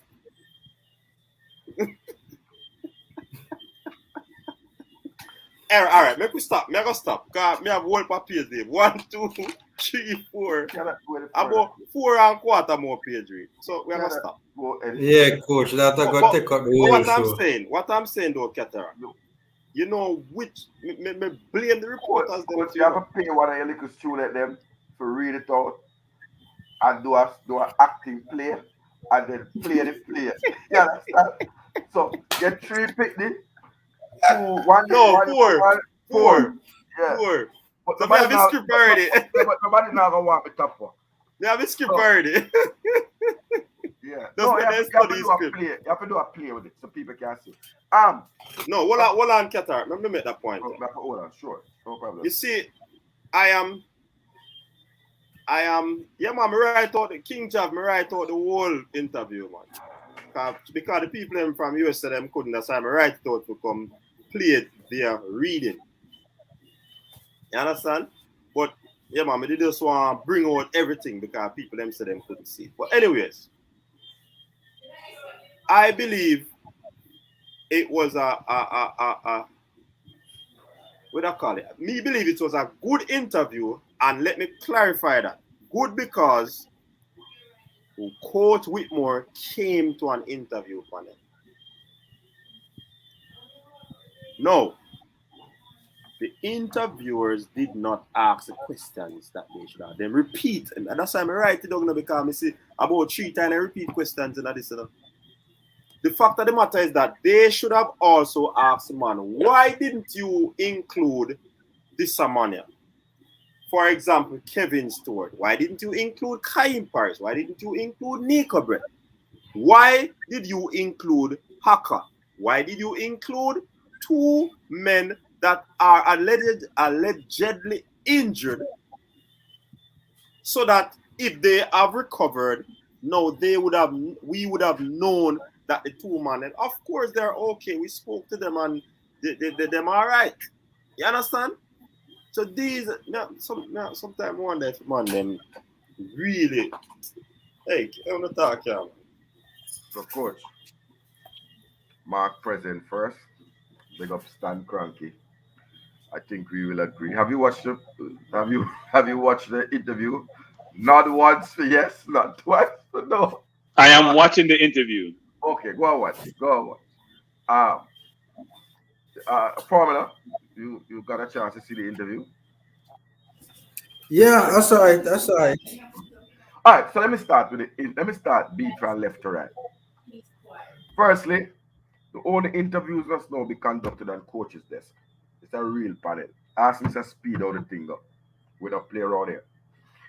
Coach is a disgrace of an interview. Sports Max, you should be ashamed. People say I'm always negative, but I don't know what to say.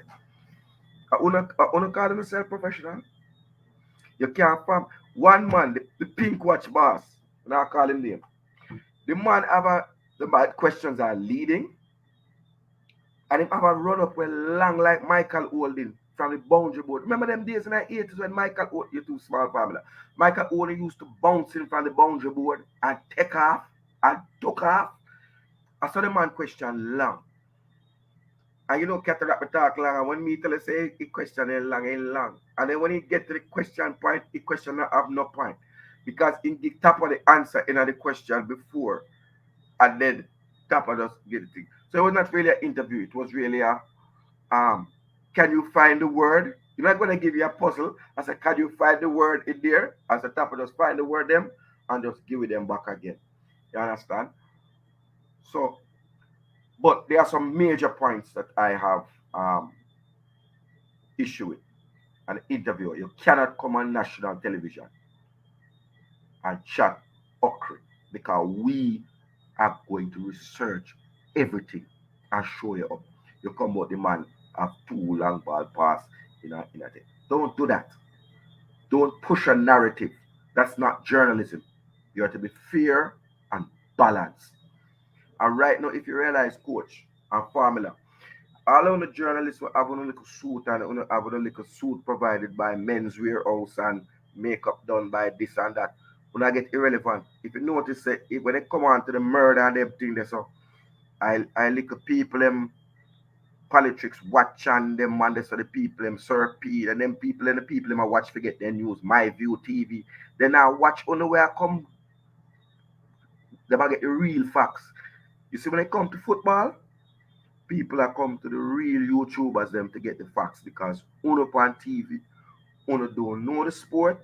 Well, uno know the sport, but uno don't love the sport and uno not doing a research on the basic things. And this today just showed up something. So here's the deal, coach. So I want us to break down some points. I hope we can discuss it out if we can circle the area. The defense is the biggest problem.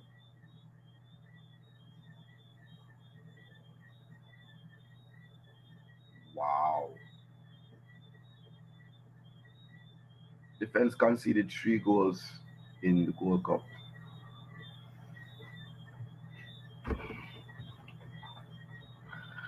So the whole world knows the defense is not the biggest problem. It's the right back position that's the biggest problem. So you have to get specific because it's not a whole defense. Okay, Sports Max, you have to ask specific questions and you ask follow-up questions. Like you say, which aspect of the defense, coach? As a matter of fact, it's not even the whole right back.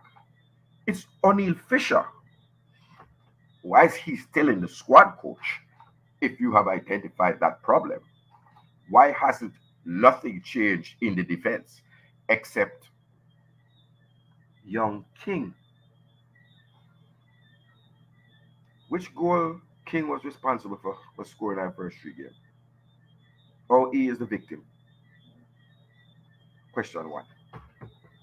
Next.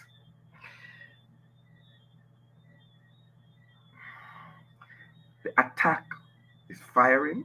That's what he said. The attack is potent.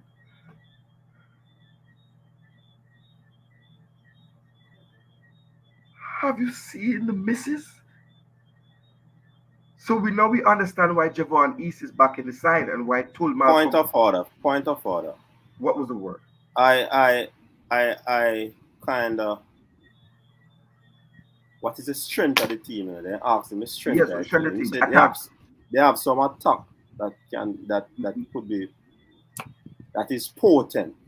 Yeah. That can find the back of the net, but that has not materialized yet. Yeah. So how that can be a strength that didn't materialize? Because a footballer, get together. Oh, you play it on paper. You play, but the match never play. So your strength not materialize yet, but the game them meanwhile a pass quick and fast. So here's a bit of a nugget. Football don't play on YouTube. Football don't play but football don't play on paper neither. So your attack could have look potent on paper till you want potent. It don't play on paper. Unless you go roll it up, put some grabber in it and smoke it. It don't play on paper. So I don't know what kind of potent attack. Misses how much chance did they miss against Costa Rica? 21. 21 chances. That's a potent attack. That sounds potent to you. Go against and play Japan under 23 and don't get one shot on target. That sounds like a potent attack to somebody. That's potent. That's a strength.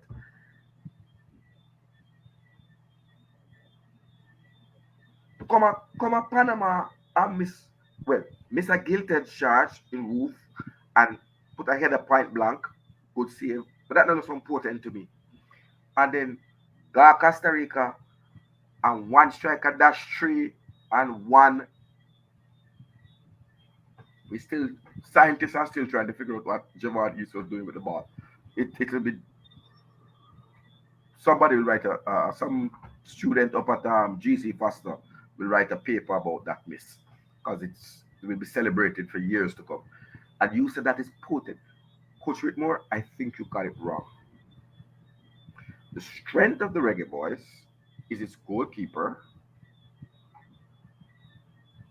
They play, it's the goalkeeping department and the defense, minus the right back. And remember, we don't know football. And the real weakness is the midfield. But and then the strikers. He doesn't think so. No, coach, I'm saying to you because coach, I want you to deal with me like Pink Watch man deal with man. Let me talk now. Are you obsessed with the Pink Watch man? People are opposite the Pink Watch man. On the opposite the Pink Watch man. May I tell you, I can't call him name because I made certain allegations. But the Pink Watch boy. Me now watch your channel no more. Boycott you. So here we go on, coach. Then somewhere in there, I don't know if you got to that part, he said the midfield, he has the players that can play together. And Daniel Johnson and Speedy complement each other and are balanced. Is that the word I heard? Yes. So, coach, you got a shout out. I call him a team and balance. I don't know if people, I don't know if you pick up say the man jump and don't play it. The man drop a crucial dub plate for coach's desk. Is that the word you use, formula? Balance. But those of us who watch football know that no part of Speedy and Daniel Johnson don't complement no part of each other. First of all, one a Rasta and one have Afro. And then it just gets wider from that point. The only thing that complements you about is that the two of them black and don't bleach. Everything else is just different. The bar game, the mesh. When these two guys had control of the midfield, what was the possession stats in the USA game, coach? 68%? I think at 20. No, USA had 68. The US game was in the high 30s. We had about in the high 30s. No, high 30s, man. High 30. About 20 something we did them on. In the US game, no man, not the Mexico game. That in a Mexico game we have in the game. Yeah, sorry. Yeah. Oh, the Mexico game. Okay. Yeah. The Mexico game, if memory serves right, it was 25%. 27. Yeah, something like that. So it's clear that Daniel Johnson, by the statistics, and alongside Speedy can't control no midfield. No, but obviously Cataract, what that is saying is that the coach he believes in players complementing each other rather than having a CDM. That's what I got from what he said. Well, I'm not going to put words in Coach Whitmore's mouth. That's not fair. But Coach sees. No, I said that's what I got. Yes, I know, and I said I am not going to put the words in his mouth. Okay. I'm just going to quote him directly. I think he sees something. 1 second. In the US game, we had 33% of the position. Just 33%. To be, just for us to clear that up. Okay. I was off by 5%. So, but 33%. So that's important, people. We had 33% of possession. These two chaps, the coach obviously sees something that we don't see, and the rest of the footballing world. I'm not going to comment on the Ravel thing. I think we all know what happened when coaches start to do that. Exhibit A, Jose Mourinho and Tottenham, the spell at Tottenham, when it broke down and the dressing room gone. I don't like that look. I wouldn't have advised it. I don't know the JFF media people who went over the questions and who would have coached the coach on his answers and how to get across the point. I throwing players on the bus. Should have brought or called players out by name, but that's the coach's prerogative. He did make a good point about the fact that we don't bring the players in. I am hoping that he meant we don't integrate the UK player-born Jamaicans into the squad at a younger age, right? I hope he does not mean that we go to the days of youth squads with all Jamaican-born players, ignoring our talent in the UK, and to disastrous results. Because sometimes I do wonder if people don't really follow up on thing. So, coach, I started doing some research into the under 20 side as soon as the coach said that. We qualified for the 2001 World Cup, right? In 2003, we were eliminated in the CFU qualifying. We even qualified for the final round. We couldn't beat any team in the Caribbean. 2005, we eliminated in the final round, 4th place. 2007, eliminated 4th place in the final round. 2009, eliminated 3rd place in the group. 2011, eliminated 3rd place. So we never come out on no group stage from 2003 right up to 2011. In 2013, we made it to the quarterfinals. First time we made it out since 2001. eliminated in the quarterfinals. 2015 eliminated in the group stage. 2017 eliminated in the first round. 2019 we made it to the final round but was eliminated on goal difference. So it means like for 1 decade, coach, these players that that Coach Whitmore would have been alluding to, that's more than a generation of footballers who have failed to get Jamaica into the under 20 World Cup. So how would we be seeking to take a strategic position that says we must take our youth footballers and entrust the whole qualifying to them by promoting them? That don't seem to make sense because they can't even qualify for their own World Cup. That doesn't seem to make no sense, coach. And I hope that that's not what he meant. And I hope that he meant is that from a younger age, we start to bring in the talent so that the British-based players are in and around the squad a long time and build chemistry from youth days coming up. Because he made mention of that they're working with a poor set of players and then the new players will be injected. So I am, well, as you said earlier, don't want to put no words in anybody. So I wonder about that injection business, you see? Because I went a little further.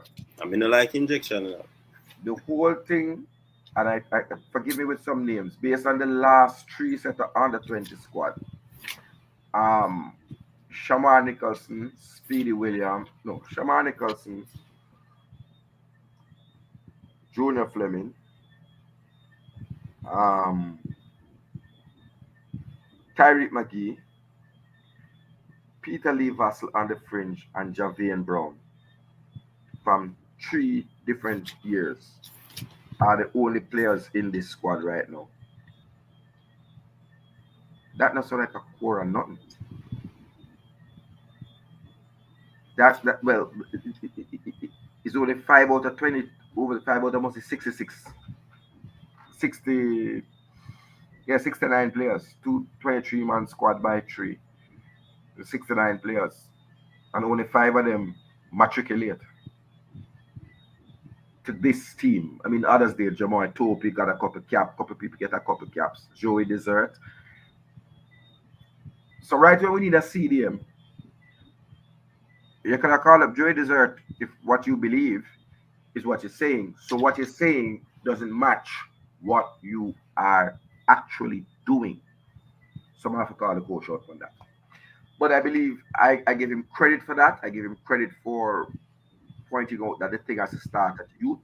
He did clarify that he is a manager, not a coach, even though he's employed as a head coach.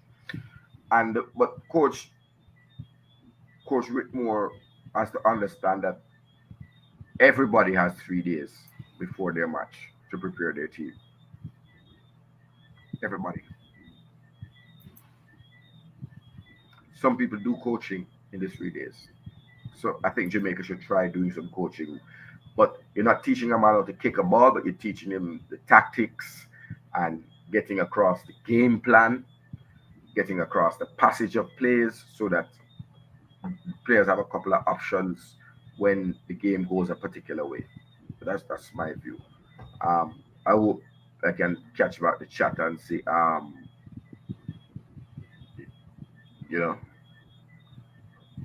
Like you were formula, Qatar. Yeah, the likes them reach 200. So tonight show up at 200 likes. Aterayu, big up the whole team Cataract in the building. Joaquin Goodsman, Wesley Danks, Jervis Paris, Ricky Danks, Brownman Security, Wesley Hall, Aterayu, the whole team Cataract, Doreen, the thing go, Anna Lee, whole heap of people in our team, you understand? Before I allow you formula, the question was asked about the bad start. Locals are having a crisis of confidence. How do you deal with that? He said after the game in Costa Rica, the players in the dressing room, and he was about to speak, and Capo said, "Coach, don't worry about that, me deal with that." and the captain spoke to them. He does feel under pressure, and he believes that some of the players will die on the field for him. He also asked a question: those who are new will they put in the hard yard? Coach said to answer it, it might cause a bit of problem. It might cause a bit of problem. And then he went on to talk about the player Ravel. And we know how that goes. Formula, go ahead.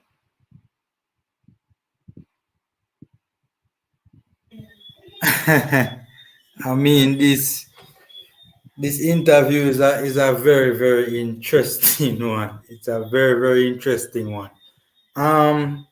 First of all, Coach, could you just remind us of the reason that was stated why the marketing manager is no longer the marketing manager? Something to do with you couldn't handle the because questions about. she's a peasant.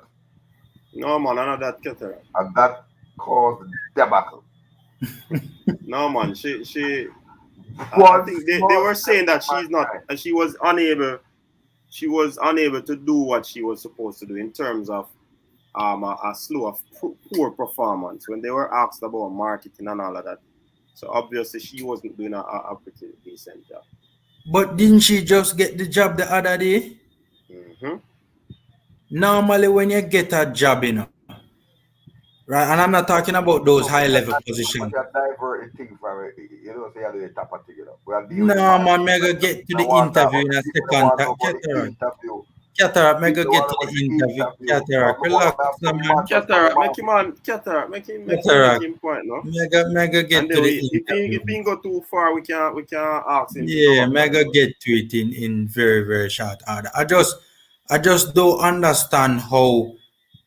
I mean, if it was so obvious that she could not, do the job, so obvious that she has lost the job in such a, after getting it just the other day. She resigned.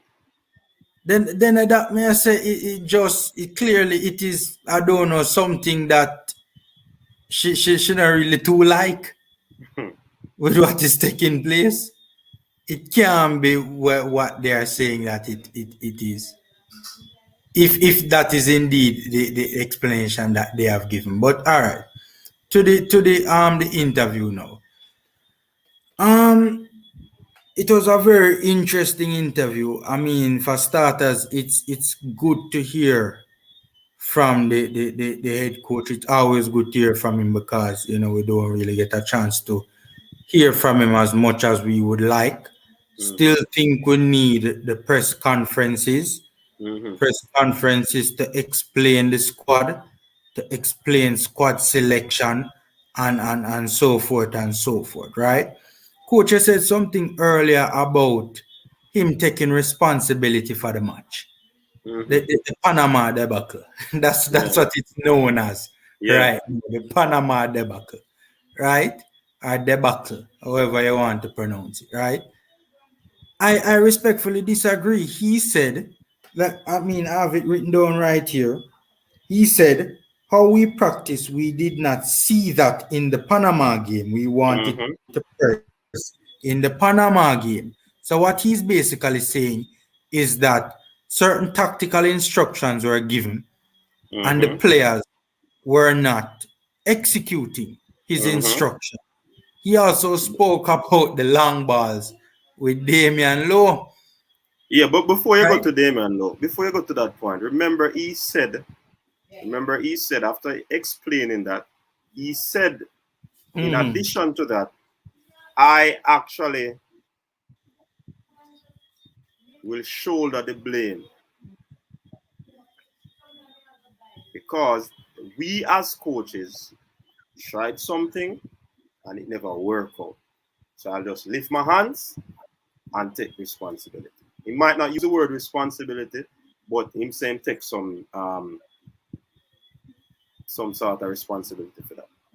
Coach, you think that is You think that is a coincidence that he is taking responsibility for the selection of all those players that played in the Panama game? What was the controversy? What was the main what was the argument going around at the time That when the him shouldn't play everybody. I think that no was the coach, argument. you know remember when the news said, you know remember when it was reported that he was forced to play those players, and it was not up to him, and he did not want to do it. I remember what my cricket said in coach. Mm-hmm. But the So coach still say him take responsibility. yeah, but I find it no, but that's the thing now. For certain aspects of it, he's not taking responsibility, but for the selection of the players, he's taking responsibility. I just find that a little bit. But remember, the question was asked again. Mm-hmm. That's why I meant to say they repeated questions, you know. It was Mm-hmm. asked again, and he did say, as I said again, I will take responsibility for that. We as coaches, and he used about the same terminologies. We as coaches would have remember I said I think we had 8 players out there play training. We think that they would be fresh and ready. However, May I agree with you, and coach. He took no, but me I tell responsibility you what him for the say, I'm gonna take selection. responsibility. Yeah, what's the other part? Him take responsibility for the selection. And I'm saying, and I'm just asking the question, is that a coincidence that he has taken responsibility for the selection? Because my crickets has said that this thing needs to be cleared up, and that the JFF had absolutely no hand in selecting the starting 11. So you believe that they are the hand in it? Boss, I just say. Yeah, I ask you, because I don't believe. No, but boss, I am just saying I find that I don't think that is a coincidence, right? Me That's all understand the point they are making a formula, but to begin with, from first on, me don't believe that the things I am picking team. I believe I him pick the team. The man have total autonomy, and I believe that him pick the team. The man said they make a decision and it no work out, so he must take the responsibility. And that him saying we as coaches met and we made a decision based on fresh legs, also the professionalism that these players would have brought to the team. But all right, so coach, can you now say that he's taking responsibility for the Panama debacle when in the same interview he is saying that players not following him instructions? That is just basically him kind of throwing individuals under the bus, so to speak. That's not him taking responsibility. But I don't think he only did it in the Panama debacle, because he spoke about, I think the question was asked about the long ball issue, and it was in reference to Damian Lowe, and he mentioned, so that's why I'm leave Tranmere, but it was also in reference to the English football. It kind of all over the place for me, like, to be honest. So yeah, when you dig down into it. So I watched the video. I just watched the video. Thanks. Is it Fresh Guy that sent it out? Interesting. There is so much to unpack in that video. So much. A lot to unpack in the video. But I would say this, which is, I think when you are representing a national program, you really have to manage how you communicate as the leader, the representative of that program. You really got to manage it. You can't be emotive. You can't go in a forum where you know the person is going to support you and ask you what you want to hear or lead you to say what they wanted to say. They are going to provide their own perspective, and you just have to substantiate it. That's, first of all, I think Sportsmax did a horrible job in that interview. I agree. I don't know I guess they probably want to be in the good graces of the coach. And when you want the coach to come back on your program, maybe you accommodate the coach to enable that to occur. But that was a very disappointing interview. I'm also very disappointed in Tapa because what he has done is what we have talked about in this program for a while is we are trying to build camaraderie. We're trying to build consensus. We're trying to have a coming together. We're trying to say diaspora should be treated just the same as locals and we all engage. And it's amazing that you can destroy that in a few words in an interview. Because Craig Butler is a person who likes to break. Craig Butler has the biggest ego on earth. He believes that he's God's gift to the world as a coach and as a person. He's very disruptive. He may have had success doing what he's doing, but frankly, I'm going to say this and people are not going to like it. The one person he has in the national program hasn't really contributed to the program. Bailey hasn't done anything for the program yet. He's a very good player. It's not about Bailey, but what he's suggesting and what he's indicating is that, which is what Portsmouth's perspective also, is that English players are not adding value. The English players are almost like hangers-on. They want to come in and play. They're not professional because they're not committed. When Tapa brought up the whole concept of Blake in the changing room, what he was basically saying is that Blake is Jamaican, he's born in Jamaica, he's committed to the cause, and he made a speech on how rah-rah that speech was.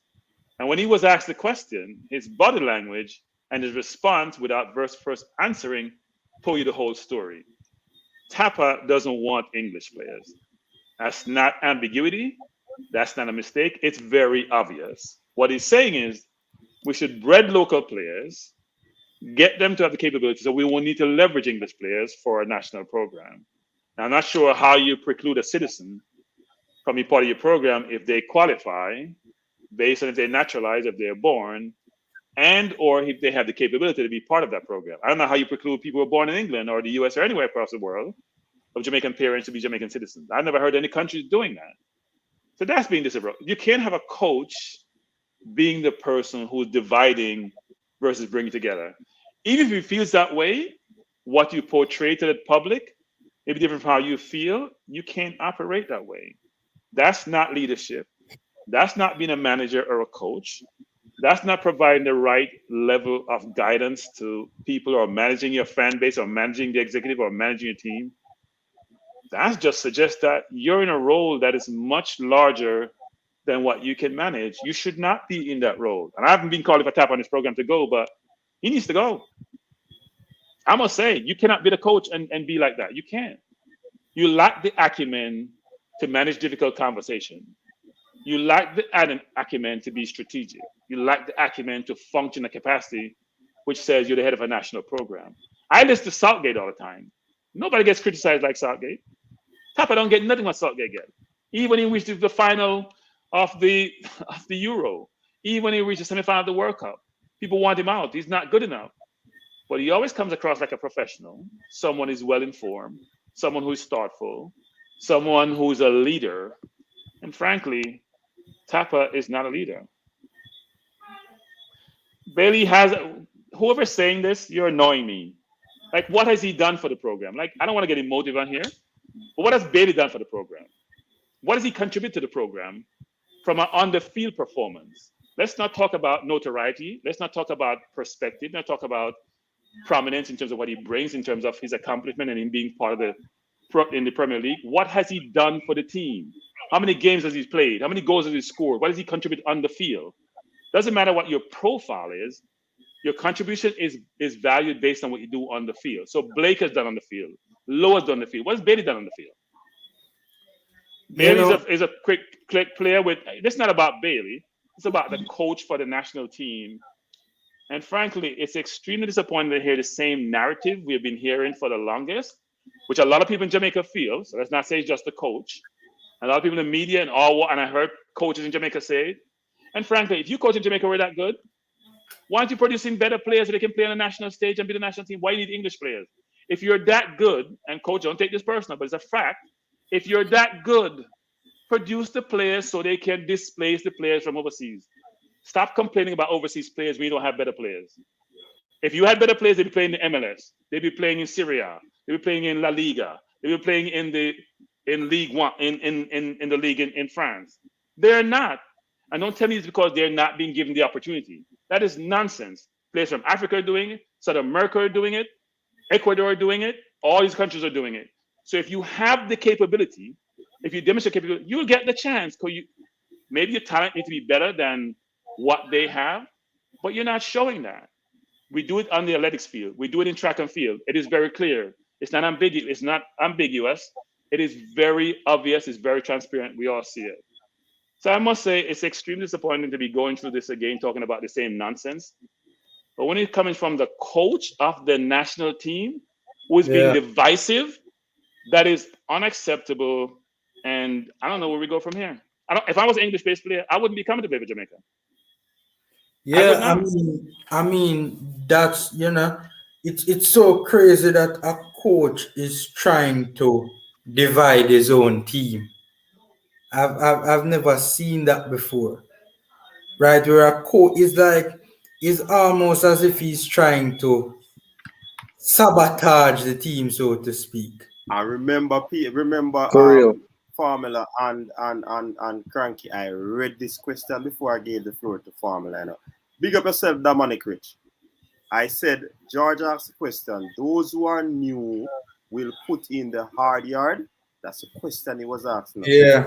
Papa's response was, to answer it, it might cause a bit of problem. And then he went into talking about Ravel Morrison. I said it. Can I say something though, coach? Continue. Just to kind of play devil's advocate here a little bit, right? Mine cataract stone, No, cataract good man. Cataract good. Formula is about to be Formula.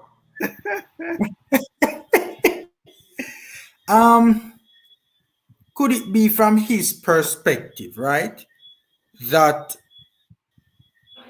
the main reason why he's not getting the best out of the UK boy players is because they're not putting in the amount of work that he feels is required on the pitch?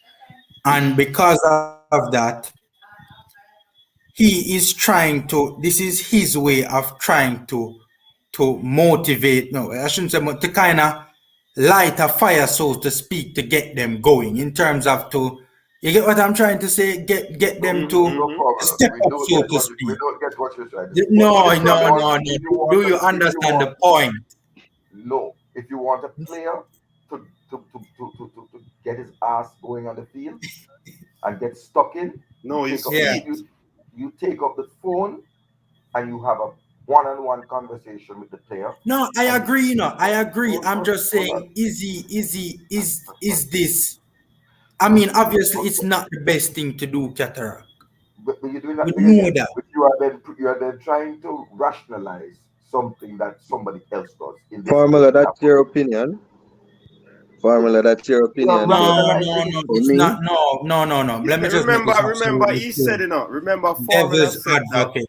That's not my opinion. That's why you why play devil's advocate? Why are you advocating? No, Cataract. We're trying to provide.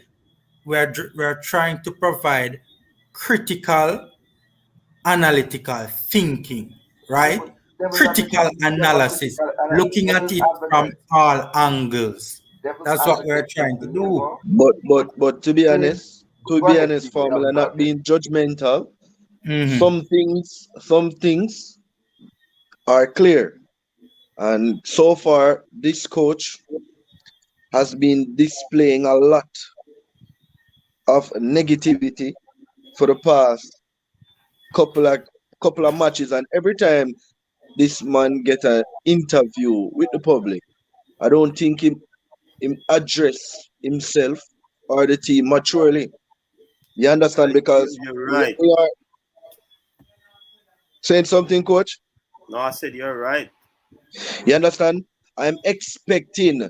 All right, you know what I'm saying? Bullshit, baffle brains. I don't think some of the things, let the public might judge and say, look like things not good in the camp.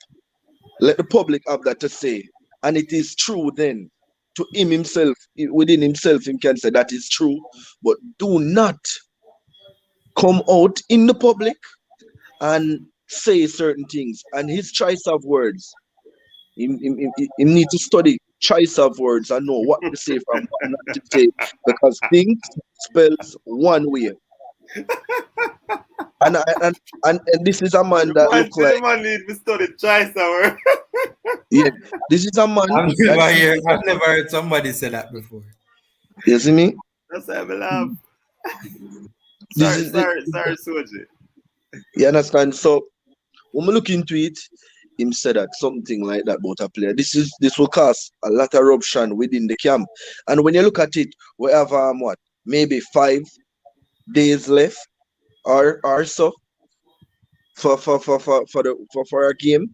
You never might know the tension that this actually can cause within camp, and we don't need that. We already don't have enough days. Sorry, the Kimo. You know the problem we have, though, gentlemen and ladies that are listening. And you have some people that will tell us that we are pushing the negative narrative. We are not. We are not the ones that are doing this. And whenever you will come and say, yo, we don't want no local player. Yo, we don't want no English player. Yo. But coach, no. The coach of the national team just did an interview, and there was nothing positive about the interview. So how are we pushing negativity? That's why I can't understand. That's why I say probably me not so bright. Understand what happened. If we ignore it, at that for go on, if we just ignore the interview. Hold on, follow. Look how we're going to do. All English players don't come back. We don't want them back. No, coach, don't make them know. That's what they want us to say. They don't want nobody splice you. They don't want nobody splice you and then play back. Right? Coach, two things I want to deal with. Two things I want to deal with. No, just a matter. Two things. First, I want to say that the formula, devil's advocate is never a position of critical analysis. Devil's advocate is playing fast and loose, and it don't provide anything. What you get are the facts, and you have to analyze it. We have verbatim what was said, and we need to provide that analysis to the people. When we start ascribing motive and ascribing thought, then we're going to sticky, choppy waters, because sometimes they might never know say that thing to say, and then them get away and say, oh yeah, that me did really mean blah blah blah blah blah. So I don't agree with that part. So hold on, let's start. The thing is that I thought was unfortunate, and where I thought the coach earned or showed where he should not show is when he said, the question said, would the English players there die for you? And I thought it was an opportunity to say yes, like Adrian Mariappa. And that is why I recall him, even though he's not attached to a club. Or like Anthony Grant, who just came and played in the most difficult game of his life in the Aztec at altitude in more than 34 years. Or Liam Moore, who we saw go all out since he has come. I thought there were enough examples that you could have pulled on, right, of players. Amari Bell, it is limited skill set that you give him all. When he can't, when man up ball him and I make it look, he's still a try. Even when he knows that the Suriname, stand were there, he knows that the number 7 from Suriname are going to go past him. But he's still a try, put in that challenge, even though he know he going to look, he's going to end up on the poster. So I think that was a big missed opportunity for me. I don't think we should just be beating Tapa alone, Cataract. You gotta beat Sportmax. They were awful. They're part of the problem. But you heard what I said when I started? Man, we said that, man. I said that the interview, he should be fired. And I saw the interview for that. And I don't want people to.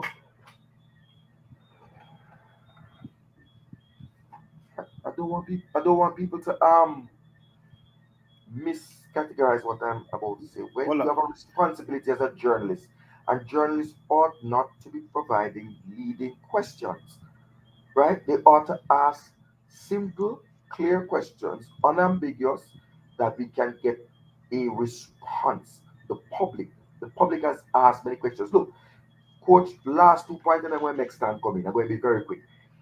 I read an article of the JFF requesting funds and saying that they're short of funds and the government must give them funds, right? In the Observer. And there were 345 comments to that newspaper article, 342 of which were negative, right? That says to me that we are not the only people, and people see it from all kind of angles. All people with their hospital for COVID and never get the oxygen, so one are doing want money and right? And the last thing, coach, we come for the program, we come here every night, myself, Stan, Formula, and we come and we give our perspective, whatever. But we not take no style in front of man. You understand me? I say, baby, I'm full of China with my brother. Don't do that something there. Because me will style you wickeder than yourself and just come on for a program, coach. And we don't come for textile because them say everything live on in prosperity or perpetuity. I come for the program and I know man I come style, man. And I'm going to keep telling you, coach, they can't come on stadium, come up in Iblations and say that to no man face, It could get dark inside. No, nobody follow it up. No, but it did it so they can't delete and it did it so. No, but I'm going to find out missing from which see coming. No, we are called Mama Man, brother. All right. Them something there.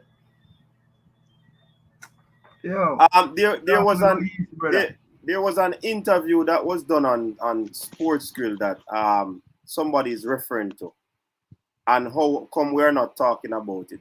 Roger Burrell, I have not seen that interview. I have not heard that interview. So if you hear it, see the WhatsApp number on the screen, just send it to it. We can talk about it tomorrow. But we can't talk about what we never see. You understand? And please, people, just keep the comment as smooth as possible. We don't want to get personal. So we have to turn off the comment section like JFF. No. Coach, tell him for call in and tell her what was that interview about.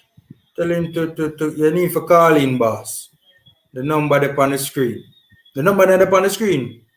Yeah, man, see that run the comment I hide it.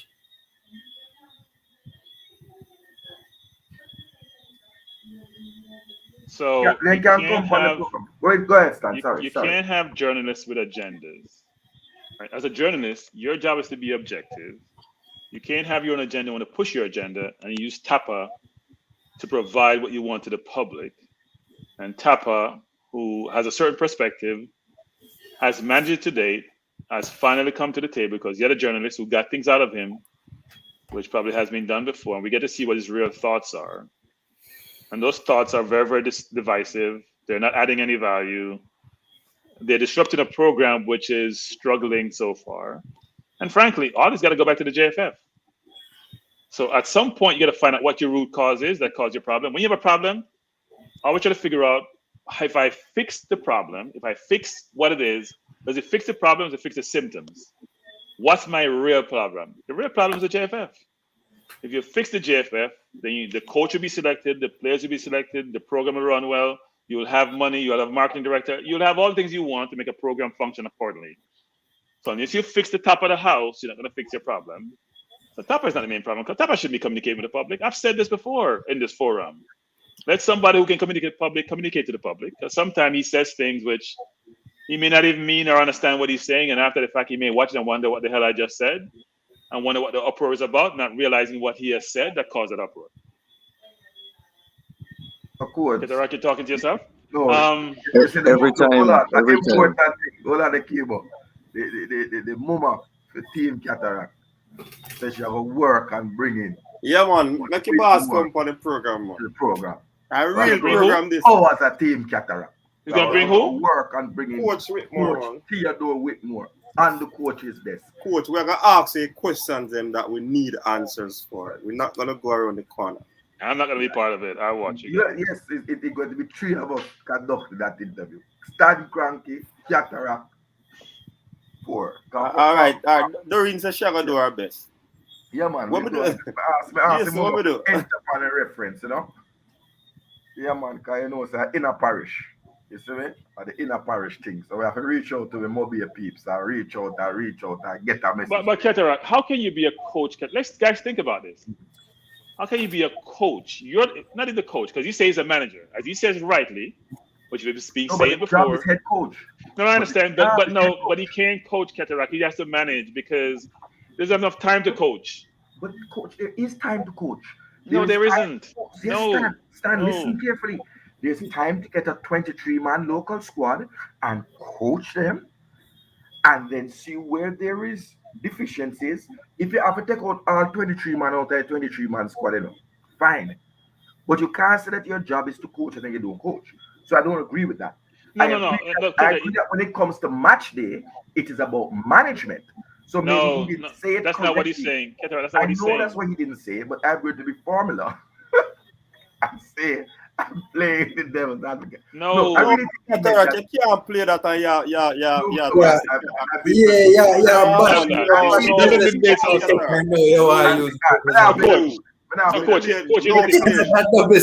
What he's saying is that I don't have enough time to coach.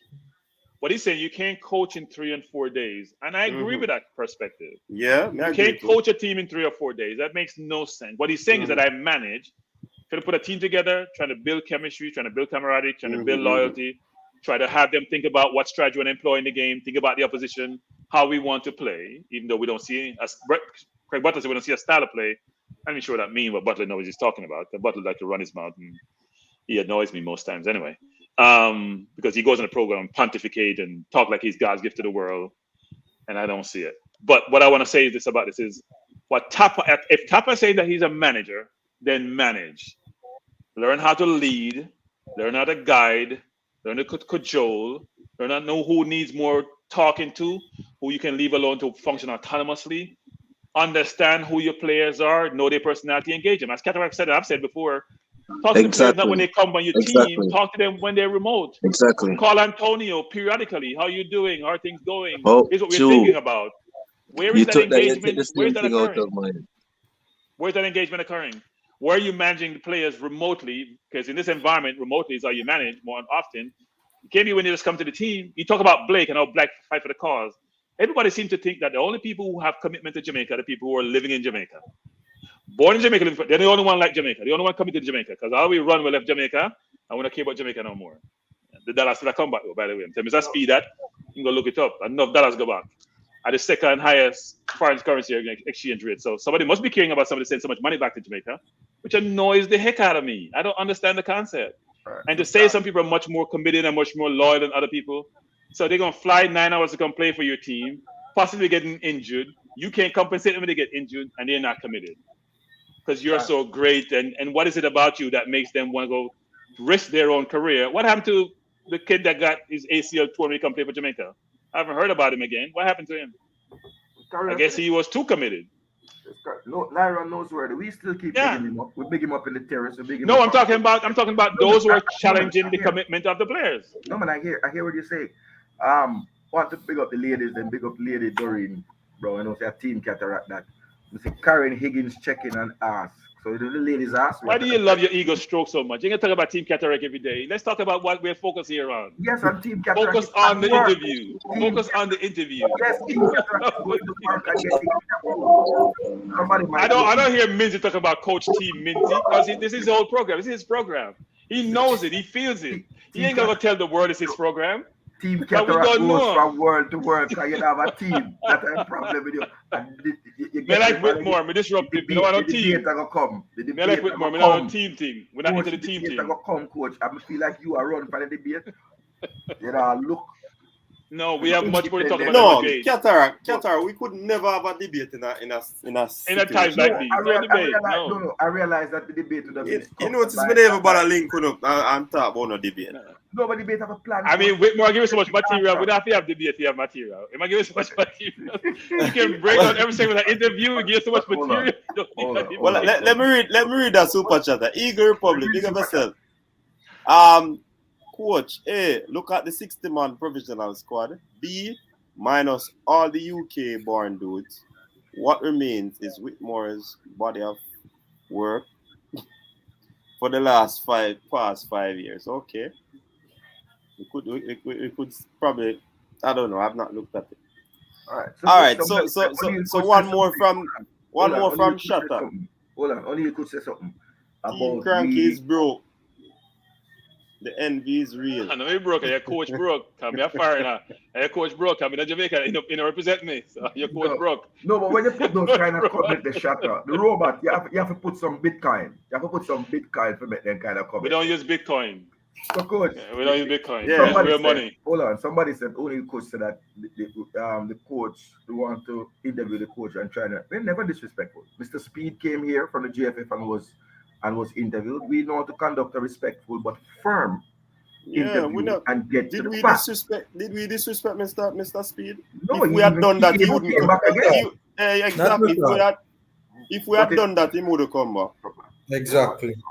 We know how to deal with it. And Mr. O'Neill Kush, we can't tell the commenters what to say in terms of what they say about Mr. Whitmore. The fact is that we have always asked them from time to time to keep it respectful.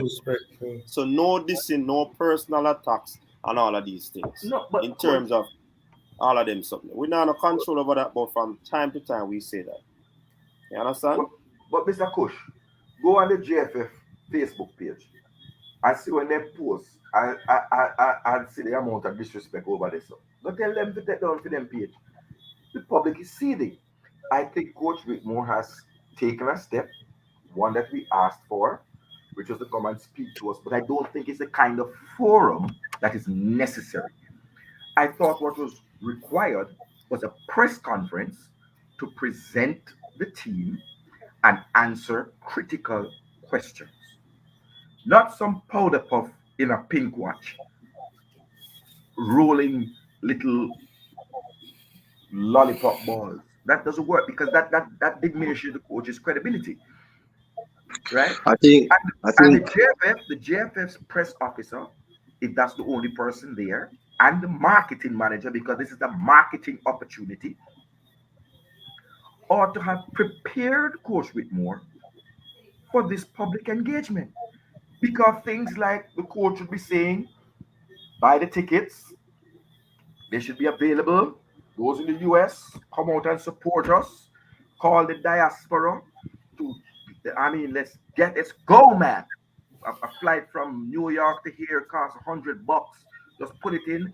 I'm wondering if he was given the script, because I'm saying to you that even if you're not given the script, when you go on any public forum as a public officer, you have a preparation. It's just like training for a match.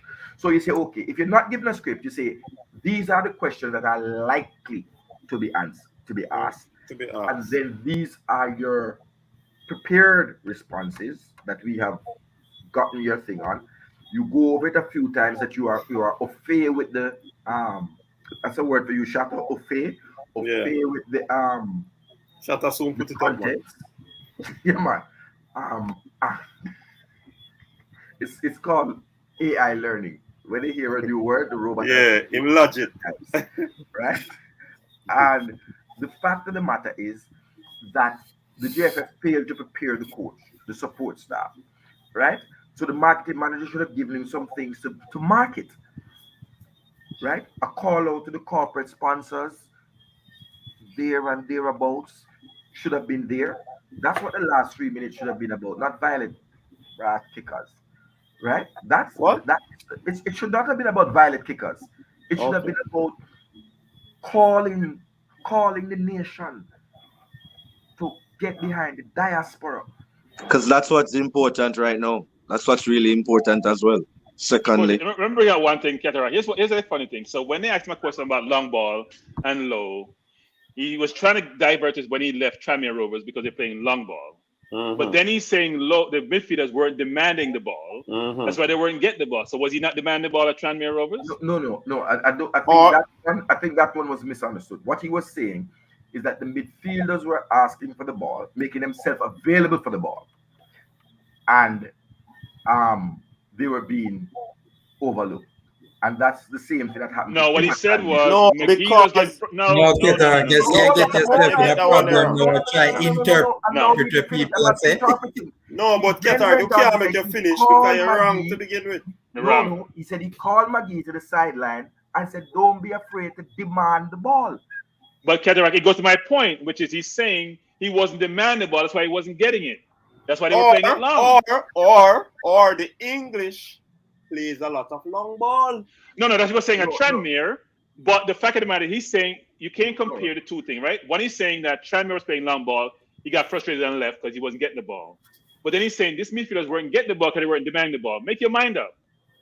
If you're at Tranmere, you go demand the ball. If that's the style of play, then that's why you weren't getting it. Versus this, Damien wasn't. Why was Damien playing long ball? Because someone told him to do it? Because the forwards were open? Or because he just want to get rid of the ball? Sure. Why don't he ask Damien a question before he come in the program and Damien to explain to him? That should be part of the question he's asking Damien. He should have noticed that during the game. No, but I do not believe that, though, you know. I do not believe that because it cannot be. It cannot be. The argument cannot be that midfielders are not demanding the ball. That's why the team constantly is playing long. That doesn't make any sense. What formula? We can't keep the ball. I mean, we haven't talked about this on the program forever. What game have we kept the ball in? 30-something%. 20% against Mexico, 30-something% against the US. Which game, apart from one game in the Gold Cup, I forgot which game it was, where we had probably over 50% possession. Most games we have under 50%. We can't keep the ball. Under 50. Yeah. So we can't keep the ball. So if you can't keep the ball, why am I going to give it to you in the midfield so you can lose it and put more pressure on me? I'm going to try to get it long so I can take the pressure off me. Hey, I just want to inject this. I wonder if them people really see when the Prime Minister have press conference and some this raggedy thing what they say in the comment section. Want to really watch something there? No, people don't watch something. Look here, when you go, the Prime Minister had no control over those people, and then not block them. Then talk. Even in the House of Parliament, where it's true at times. Yeah, man. When you go on the feed for the House of Parliament, the opposition. No man, no, I'm talking when you go on the live feed. People are cuss. Right? So the people can vent and think. What the JFF need to do is come and look at some of these things and get the temperature of the people. But I think remember, Qatar, they have people watching. So yeah, you might get those are the people who don't hit the like button. They call me. Don't call me. Well, for me personally, we can cuss and or beat or try to put things out there. Because people are going to take every little thing we hear talk tonight as a negative and not as a positive or try to, for future references. Constructive criticism as well for future references. I think the JFF should put things in place or implement ways whenever, again, he meets up with the media how to address himself a bit better and not sound ignorant. You understand? With answering some of these questions and just because most of these things to him, it's impromptu. To the media personnel, them already know what question them are going to throw to him, which him not really know. Maybe he might expect something else. And that just let out some things where him not even realize. Maybe, as I say, it's when the interview finished, him realize what him do. Him gonna say, this, and maybe the JFF maybe call him and say next time. I don't know. I'm not sure. But this is not the first it actually happened. The whole thing the first time about football doesn't play on social media, but as it relates to football, social media in some way plays an important role in football in this particular time. You see, Tapa even said in the interview, he's not afraid of the criticism. Besides, if you are the national coach and you have thoughts of being the national coach, you have to get criticism. Don't be afraid of it. The man said that in the interview. So, coach, one thing I'll emphasize again: don't go personal. Don't disrespect your man. So anybody who wants to tap out, I ain't not tying anybody's fingers so they can't type. You're free to coach, say I don't agree that Tapa. You gotta watch the interview and watch his reaction to the question to discern if the person accepts criticism, if they don't. Look when the interviewer asks certain question, which he doesn't agree with, how his response, how animated he gets, and he pushes back on the interview, and then they get concerned, so they also try to appease him by how they respond. So some people can accept criticism because it's part of their domain. They're very calm. They don't get emotive. Their demeanor doesn't change. Look at when Southgate gets interviewed, if his demeanor changes. As you said, when he mentioned about vaccination, he gets more criticism than he even gets about them not winning the Euro, right? But he embraces it. He understands it's part of his job, and he figures out how to manage it. Tapa doesn't manage it really well. And it's very obvious. No matter what he says in public, because it's what you say, it's not what you say, it's how you operate that you should look at. Not what the person says, but how they operate. You know what I don't understand though? In a time where the program is experiencing such negativity, right? In a time where the program from the outside looking in seems to be not in an ideal, far from ideal place, it's in a bad place, right? I mean, every single aspect of our national footballing program right now is not in a good place, right? And we are literally in the middle of a World Cup qualifying campaign that we had a lot of hope about, right?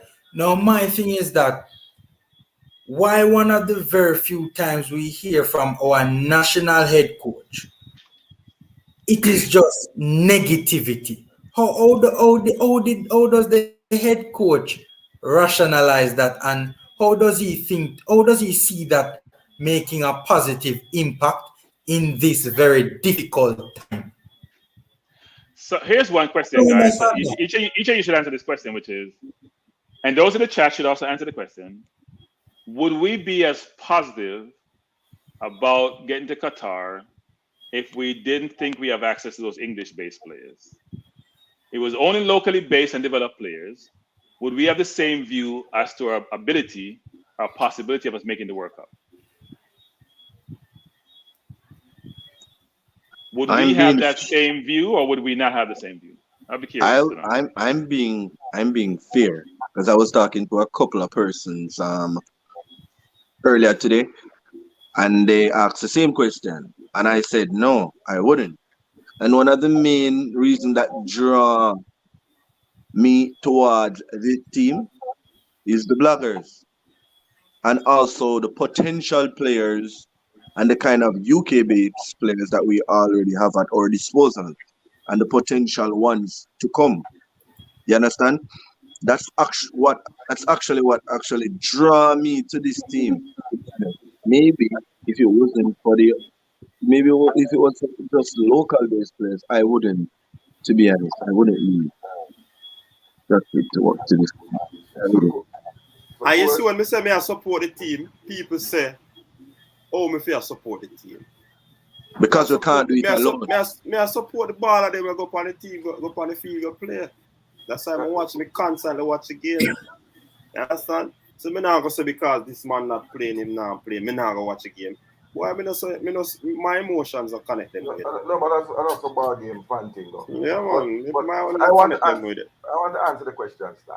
Right? But first I want to congratulate the first woman head of the army of Jamaica, because from she come in, chemo background get quiet. Remember one time I peer nice and I chemo background of our camp. Look like a new boss, silence the place. We can hear the general clear and clean. Victoria government. I'm actually home. So Victoria's government. Congrats to her. She was responsible for my district. But She has been putting in the hard work since, and she has been climbing and climbing, and I'm really proud. Yeah, man. Tell her to deal with you like Akka. Yeah? Bring it up to. Major General, I look back here, man. Victoria's government, if soldier them are going to answer. Alright, so here what no to answer Stan. If you know, No. you know. No, I would not. If you know the secret, you would know. Stan, no. That bad cataract. That bad. What do you guys have? I'm missing it. I'm not really reading the comments. So We say cataract, they now click. Because that's why we are selector. They now click. I have to work every minute. So, Stan, no. And the reason is, I go back to the under 20 results. We have not qualified for an under 20 World Cup final. We have not even gotten out of the groups. We have only gotten out of the group stage once in 20 years for under 20, which is the next age group now. So how that would put you with any confidence that all local based team could propel Jamaica to a World Cup? It can't. And it worries me that people have that thought process. I think what the thought process would be is how do we get the best English players at the earliest opportunity and integrate them into the side. Now, I understand that we could be facing a Jamaican keeper that played for us in under 17. The US is now playing for the USA. And another player who represented Jamaica at youth level is also, no, he didn't represent Jamaica at youth level. They said he could represent Jamaica, which is George Weah's son. His mother is Jamaican, father Liberian. So look at the player. USA come and take one of our player, and they don't have a problem say him born in Jamaica and represent Jamaica. But we have a problem. I mean, those players have never played against us. They are happy to have a player who played against them. but cataract, Des, Musa, there's a bunch of US players who were born in the US, probably haven't even visited the US and they're playing for the US. Yes, but because and I agree with you. So we have to stop that sort of thinking because it doesn't put us anywhere. And as a matter of fact, I worry about 2026 when they go with this. Because that's why I said to you, if it is that we don't qualify, I worry for the health and well-being of the continuation of Jamaican football for the next 5 or 6. I don't think we be. I think we might have to just pull out of the World Cup qualifier and go on. Yeah, I've been saying that. I've been saying that it's a serious issue. That if we don't get to this World Cup, we'll be in crippling debt. Crippling debt. It's a serious issue, man. Really, really serious issue. You know what? I don't understand though. Why does the coach seem to be against something that can help him? I don't get that. It is blocking the opportunities. It is blocking the opportunities of the locally bred players. It's simple. It's not blocking any opportunities because they go to the national team and then can't go nowhere. One or two may be picked up by an odd league or obscure league in Europe.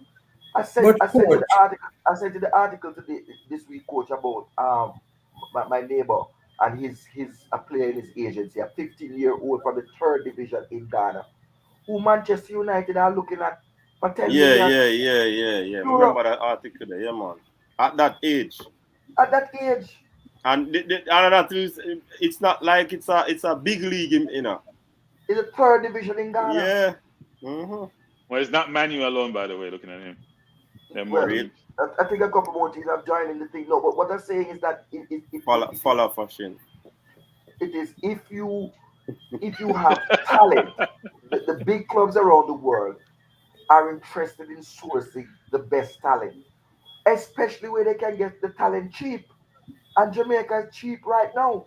So if we have all these players basically on sale out because you can come get them for free transfer, right? And then we're writing a sell-on clause that the club go and get some money for it, or all themselves £100,000.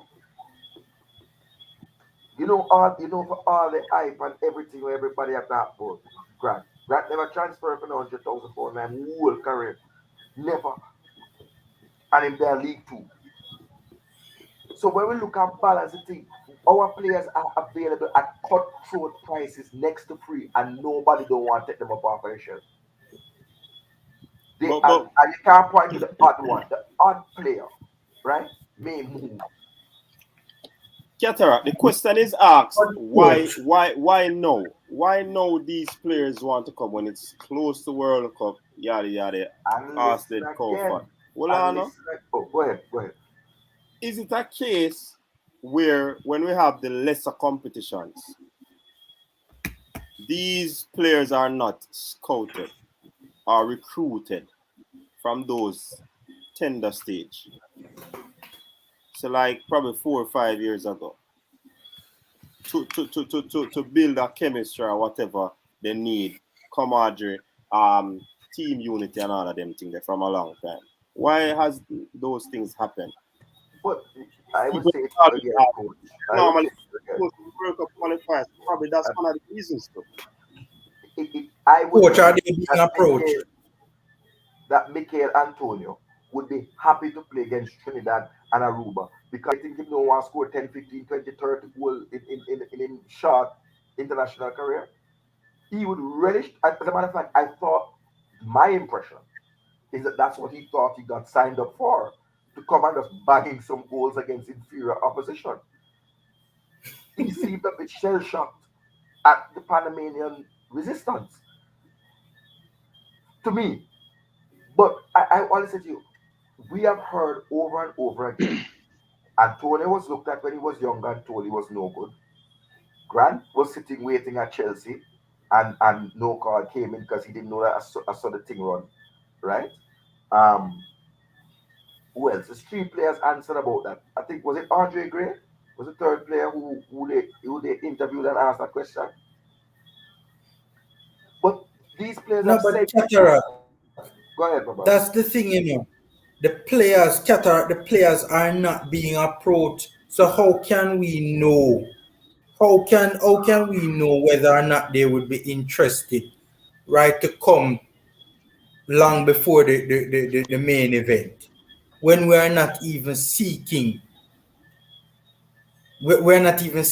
their involvement to get a rejection or an acceptance? It don't make no sense. It don't make no sense to me, Formula, because when I said on this forum, I reached out to persons who are close to the leadership of the JFF and told them I have I lined out five key targets for the Reggae Boyz to the super agent that I know. And he was in no uncertain terms that between for the 5, the lowest probability for one would be 50% probability that he could broker a deal for that player to come and play for Jamaica. And that the lowest probability player was Emil Smith Rowe. He says a 50-50 chance. And that included Mason Greenwood. And I said to somebody, if somebody says to you, I have a better than 50% chance of Mason Greenwood switching allegiance, and you don't show any interest in taking a meeting with that person, you're not interested in that Jamaican thing. The whole breakdown of this thing, the last time I said to you, the whole breakdown of this thing, happened when Jamaica snubbed its nose at Calvin Phillips because he was playing in the championship at Leeds. The JFF has had this snobbery about players below the Premier League. It is only because the back was against the wall with the USA friendly in Austria, already gotten money for it, don't have no way to pay back the money, and the local players on strike, that they pulled out the file 13 and blew off the cobwebs and call up all these nondescript players who were non-Premier League players. All the players were non-Premier League players because they weren't looking at non-Premier League players before. And that's why we missed Calvin Phillips. And if we had Calvin Phillips today, we would not have needed that Anthony Grant, except for maybe a backup reserve, right? and we would have had a CDM, and we wouldn't be talking about defense the problem because Calvin Phillips is too slow So to come to so CDM. they did not make any attempt, right? At No, they didn't. whatsoever. No, they didn't. They snubbed Mason Horgate at age 15. That you when you are in this business or when you're in this I don't want to say predicament, but shatter the robot. Please give me the correct word. When you're in this predicament of fighting a battle and your opponent is stronger and bigger. England is a bigger opponent than Jamaica. England in heavyweight and we in the lightweight division. When you get an opportunity to punch, you have to put a punch in.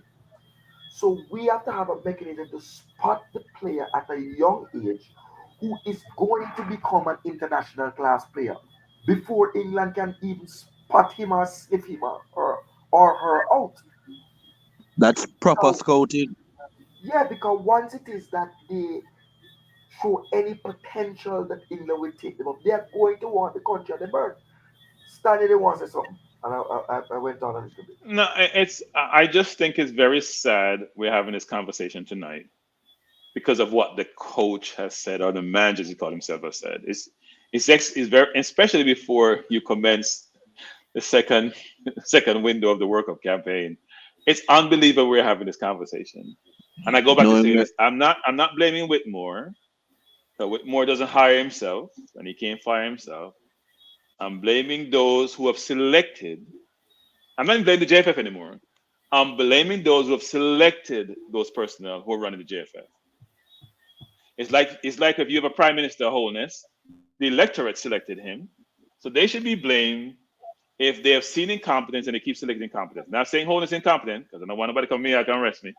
But I'm saying, I'm not firing them, some people be else. All I'm saying is that you're the electorate, you're the parish associations, you're the women's selection. Put people in place that can move the program forward. Don't select those because they're cronies or because of whatever association we have with them. Since you guys are talking about commitment and have the country at heart, I want to move things along. Put your parochialism aside. Focus on the pie at the end of the rainbow, which is more around I want the country to progress. I want the football to progress. Those in power have demonstrated that they don't have the capability to do so. Go find people who and encourage those who you believe have the capability to come and run the program. Because don't blame Whitmore, don't blame the players, don't blame the marketing person who decided to resign. And thank you, ma'am, because you should, because we haven't seen any marketing done.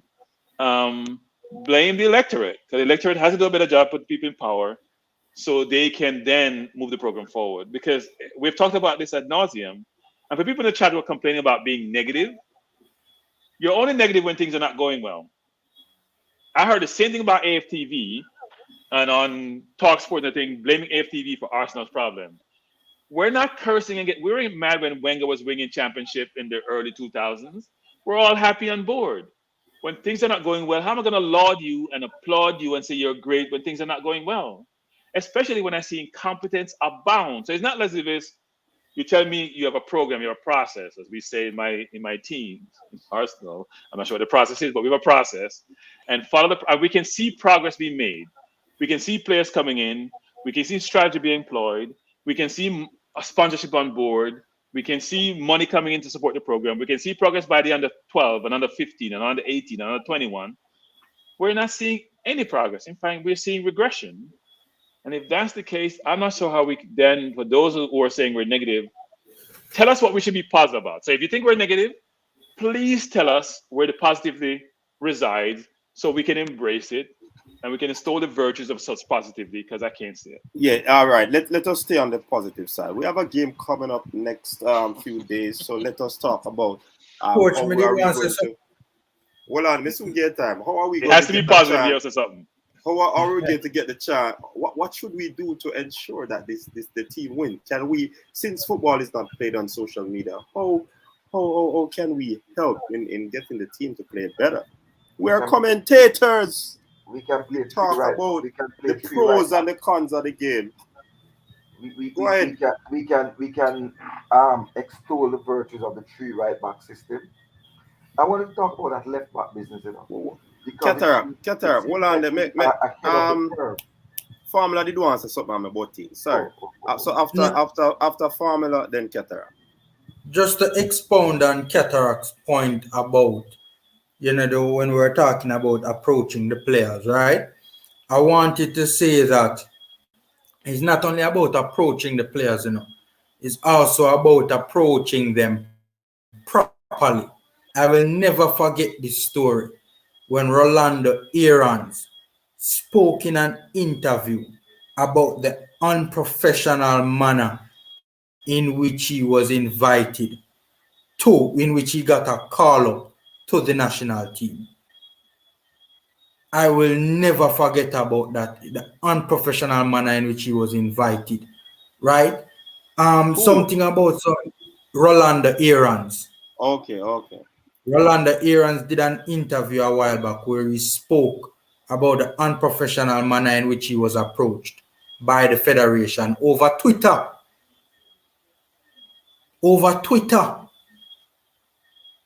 How on God's green earth do you expect to be up? He actually took a call up to the England, if I'm not mistaken, to the England youth team. One of the England youth teams over our national senior team, because he's saying when he looked at the difference in which he was called up to both, the difference in which he was approached by both, it's just light years apart in the professionalism and that is Formula. Silly young was a make Orlando let's go follow. The problem with that sort of thinking is that you probably work at the GFF and have that sort of thinking. You never stop to think that a lot of black people are related in England. So maybe Ronaldo Aaron might not have been the top footballer, but his cousin certainly is a blasted good top right back, of which we don't have any. true. So your unprofessional approach doesn't only affect the player that you go for, and I did do that and thanks Yeah, for bringing us to that attention and maybe It also sent a message to what Max Errands. yeah, Max. yep. And there are other errands. You think I only one cousin I have? In England, you have footballing families, the Grants, the Arans, the Wrights, the Storages. They are their families, they're footballing families. So no way I do. No way I do. I have people generation upon generation, right? I mean, for now, knowing that we have widespread of players with Jamaican heritage in England, the GFF or whosoever is doing this scouting should rehearse so they go by doing this thing. They can't just jump to these players because each players have different personality. I mean, they have to know, and I don't think some of these people are willing to get professional, out insight from others who is actually good at this or used to doing this. You understand? So, to be honest, you guys, you guys play an important role with even talking about some of these players, bring it to their attention because most of these players are these even recent players. Because as it relates to Qatar played an important role in getting us a steady stadium. Luckily, he can't play True, next week in the US. true. So hard start. So when other persons come in maybe the comment section or come on call in and think bias or talk bias, they have to look also on the positive that the channel brings. You understand? Because maybe I can tell you, a lot of persons still don't know that there will be a World Cup qualifier right now in Jamaica. Reggae Boyz will be playing in Jamaica next week Sunday. There are a lot of persons right now that doesn't know anything about it. because the JFF is not doing a good job putting certain content out. We have to be depending on you guys, and they are the one that should be doing this first and foremost. You understand? But I think you have. Yeah, I think you have to try real hard to be as incompetent as JFF is. You have to work at it. This cannot be something just happened by chance. You have to work at that level. It's hard to be incompetent. It's crazy. It's not normal. It's not really normal. crazy. It has to be something by design. You strategize about how being competent, and then you execute. Because we heard the Damian Lowe tape that he leaked, which gave it. I know you talked about professionalism and the insight that got from it. It's not hard. It's hard to be that incompetent. I'm telling you, even if you try really hard, formula, you will probably be unsuccessful to be that incompetent. It's not easy. It's not easy. It's something you have to work at. I don't get it. I must admit, I don't get it. But Soji, yeah, go ahead. You just said something a while ago, and we really have to put it in the context, when you talk about the impact of the platform, because the example that you cited, right? Mm-hmm. With Cataract and Anthony Grant, right? Yes. Think about what would happen if we did not have Anthony Grant for the Mexico game. Remember, one CDM we bring to Mexico, Yes. One CDM, who had a massive impact on the game, so much so that as the man come off a pitch, we can't see that goal, The build up to the goal came right through the passage, right through the area that Anthony Grant was marshalling, Think about it. If it was not. Hey, Cataract, I have to mention this to you because I hear thing them and I might think them this. So this Cataract, can you hear me? I have to mention this to you, Cataract. Cataract, go and sleep. Cataract gone up on the phone, man. So I was watching that program. I have to bring this up, and don't not me for this, but I have to bring it up. I can't help myself but bring it up. I was watching another prop channel last night, and I saw a person on the channel, one of the regular panelists, about 3 months ago, dark-skinned gentleman, and I watched the program last night, and I couldn't recognize the person. I'm trying, who is this person? And then the features became recognizable. The person was light-skinned. I just 3 months ago, I said the man dark, and the same panelists turn light. Oh, you accomplished that. I don't understand. What's that formula? How do you go from being very dark 3 months ago to being very, very light-skinned? And it was very funny looking. I didn't know what to do with myself. I was trying to figure it out, and it hit me. What the heck is going on, formula? What's happening? So wait, what you imply, boss? So I'm asking you the question. I don't know what happened. Probably it was the lighting. I stayed at the person for about 5 minutes trying to figure out who, and then realize who it was, and trying to figure out what the heck is happening. Probably is the lighting, man. Probably the lighting. Jamaica a multiple weather now. Okay, now winter over here, you get a little bit lighter because the sun start burning. Hail fell from the sky. They were extremely light. They weren't they're extremely light, and all their face was. Okay, you could see their hand. It was still dark. Very, very light. Is this a new phenomenon in Jamaica? Is that a new phenomenon? I can't write it anymore. I have to bring it up because it bothered me. I must admit it bothered me. No man, it's nothing like that. I see all start rumors from me there now. People in the comment section. Go and look at a program was on last night. Go look at the program. The middle guest, he was second to last at the bottom. Go and look at him. And I was very and go look at a video 3 months before and look at the guest this time. I'm serious. Look at him. If you think I'm exaggerating, go look at it. But anyway, we want to talk positively. Back to the football. Hey. Which is, in the first window in September, in Cranky and Farmella, me and military, we went to the stadium to see the training, right? Because of the whole COVID stipulations, I had to bring my camera and use my zoom lens, just to get certain clippings and pictures to bring, to show to put out to the public, as the public isn't getting enough from the JFF to be in the know with what is going on and who and the arrival of these players. They're not getting really and truly these UK based players. We're not gonna expound on it too much as if it's just the UK based players. But for the players, we're trying to build up the JFF should build a platform where whenever we get a debutant in the team, right? They come out because that's how it goes in the football world, whether it's club or international. We have maybe a 1 minute video where the player comes and say, "Hello, my name is Tom Bloggings.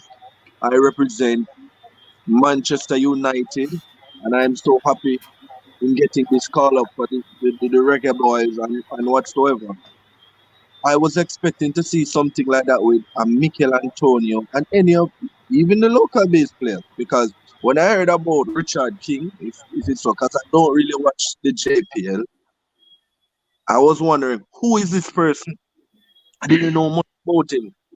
But these little videos can actually do a lot in letting you pay more attention and keen attention to these players. You know, when I went there and when I see the coaster bus and there are like 7 players came out of the bus with all on when the rest of the team was in Mexico. There was this old man for GFF with his old camcorder, videoing. When Panama came, Panama had the newest or the one of the fairly new, because I am a photographer, so I know these equipment. One of the fairly new video cameras with a stabilizer. And I'm like, where is all of this? You understand? From the JFM. I was expecting this. So the JFF is actually failing at a lot of things. Marketing and everything. They only can improve from here. They only can improve from here because I don't want to leave out that part. Because it's going to be like we're talking about just negative. So I have to bring a little. Improve to do what? Demonstrating confidence. I want to say two things actually. Yeah. Two things. The person who called Cataract, please do so in this program often so we can get a word in. Thank you for calling Cataract. I hope he stays on the phone for a long time for the evening. And those in Team Cataract, we'd like to say don't get excited. Cataract is busy. Cataract, keep talking. Management, welcome. And by the way, I thought you were the priest or a person from the medical industry because I see that. I thought it was a priest coming in. Give us our last rights. Can we do our last rights, man? So the floor is yours. Man was burning some fire. Has been burning fire since late, man. Yeah. I don't know. Well, good evening, one and all, to all the persons in the comment section. Good evening to you and to everyone on the panel. Good evening, man. Cataract, as soon as I arrived, Cataract put on him headphone. Yeah, I'm very disappointed, man. Sorry to cut you, but I'm very disappointed. Caller, you're not doing your job. You come like the JFF. You can't even do. Somebody asks you to do something that you can't even do it. And Manningsman, do your thing. You know what? Well, I heard, and I don't know if you guys heard the follow-up. The coach said, that the exclusion of Ravel has nothing to do with discipline or behavior. It is just, a decision that he had to make based on personnel and what he thought would be best. So that's a very interesting. That's what he said today, that the Ravel situation. He kind of clarified the response to the question by saying that the Ravel. Sorry. That's what you call walking back. Walking back. That's what it's called in politics. You walk it all the way back like a walk. And that happens when somebody above you calls you and said, "What the BCCC did you just say?" Okay. There's no clarification. Okay. Well, all right. Well, I'm only going by what I heard. So he was on TV, was asked a question. And he said that no, it had nothing to do with. Maybe not everybody heard Cataract, and then go ahead. Right. So he said he had nothing to do. It had nothing to do with any disciplinary action, which was kind of clearing up the statement about give him an inch, take a yard. And he said it was a coaching decision, and it was a very tough decision, and it had to do with the personnel who were in that particular position, which I think is the number 10. Mannings And that is just the biggest load of jive I've ever heard in my entire So life. you didn't hear it on the news, sports news. No, today. I'm not saying that what you are saying is jive, you know. I'm talking about his arguments. I heard it. I can confirm. Management is speaking the truth. No. I know that. I know Manning's man a credible man. Me that me a question. Me I talk about those statements emanating from the head coach of fouling him attack. So Manning's man, you killed the program, Manning's man. Everybody talk about your TV in the background. I don't know why you can bring your TV in the background. Big bang. You come back from That's all the matter about your TV. There are certain things. Listen, people. It's a museum. One of the things I learned in life is that 10 years time, these things become antique. So you keep them because you won't be able to see them or buy them. So you have to keep one in your house to make sure that when things you can evolve, auction it, man. Here you go. You have to be wise. You have to be wise. You have to know how to. You understand me? You don't throw them away. Just now, fresh, you can't follow the big bag. No. Man. That explains to us some of the reason that you bring, because we can understand you can't see the picture too good. But that, when you talk about the JPL and you just turn on the chair and watch the JPL. You need to get a curve. Cranky, tell the person to call back cataract there. Tell the person to call back cataract. Manning's man, if I'm near you, that's movie TV. You need a Manning's man, you need a backdrop. Look here, the coach Manning's man, you need a backdrop. Hold on. If you move the TV, you might see a satellite dish. Go on, Manning's man. Sorry to interrupt you. Go on. Yeah, well, I kind of found that very interesting. And then you know that Ethan Pinnock is supposed to be playing tomorrow. So that was also revealed that he plays for I just checked that out, and he'll be playing tomorrow for his team, which means that he's available. So I am happy because I think we need I'm very concerned. Yeah, we needed answers about Ethan today because we heard that he had an hip injury. So that's good to know that. Yeah. He's in the match. He's in the match day squad, and he's supposed to be starting tomorrow. He goes up against Mikel Antonio. So I don't know if any of you have been hoping like me that if you see Mikel Antonio scoring him, just leave him to score and don't tackle him, because I don't want. You understand me? And just make him score, and because I don't want him tackle him and hurt him or him get injured. So I just think they need to play on opposite sides, because I don't want anything happen to any of them going into. So I get injured by physicality. I know Antonio get injured. He may pull a hamstring, but I know he might get injured. He might injure somebody. You think Ethan Pinnock gonna get injured? But so that is good. Yeah, man. So that is good, coach. So I think some more statements from the I know you went through it earlier, need to be clarified. You know, like the whole idea of this talking to, like, who do you talk to? If the defenders are playing the ball long, why do you talk to Tyreek Magee alone? You need to talk to the team. If that is not what you're telling the team to do, don't tell Magee alone. The whole team need to know that this is not our style of play. If the midfielder show pass the ball. So the we need to go into this a little bit more, you know, because this is coming from. I'm sorry to cut your Mannings. When I mean for cut you. No, but that's cool, man. Hold on, since I just cut him, let me read a super chat here. Caddy Garden said, then which year Manning's man in with that TV in the back? So we still have to read the super chat. Go ahead, Pamela. 1998. Yeah, listen, me I get gone back to 1998, you know, because it's a goal star. Go ahead, Pamela. Yeah, as I said, I mean for ill intent when I cut Mannings, but we have to talk about this, and I think we need to go in depth a little bit more into it, because it's a serious thing the coach is saying, you know. Is either one out of two things, you know, guys. Is either he is throwing the players under the bus, or the players are not responding to what the coach is saying, or he's not being truthful. Anyways, Formula, the mic sound good here? The mic sound good? Mm-hmm. What do you mean? Formula, I say you're slow, man. Anyways, continue. Yeah, me not get that one there. Me not get that one there. But anyways, yeah, it just it not make no sense to me. Like that, this we need to talk about this because this is a serious thing. Because if it's a case where he's throwing the players under the bus, right? That's obviously not a good thing, right?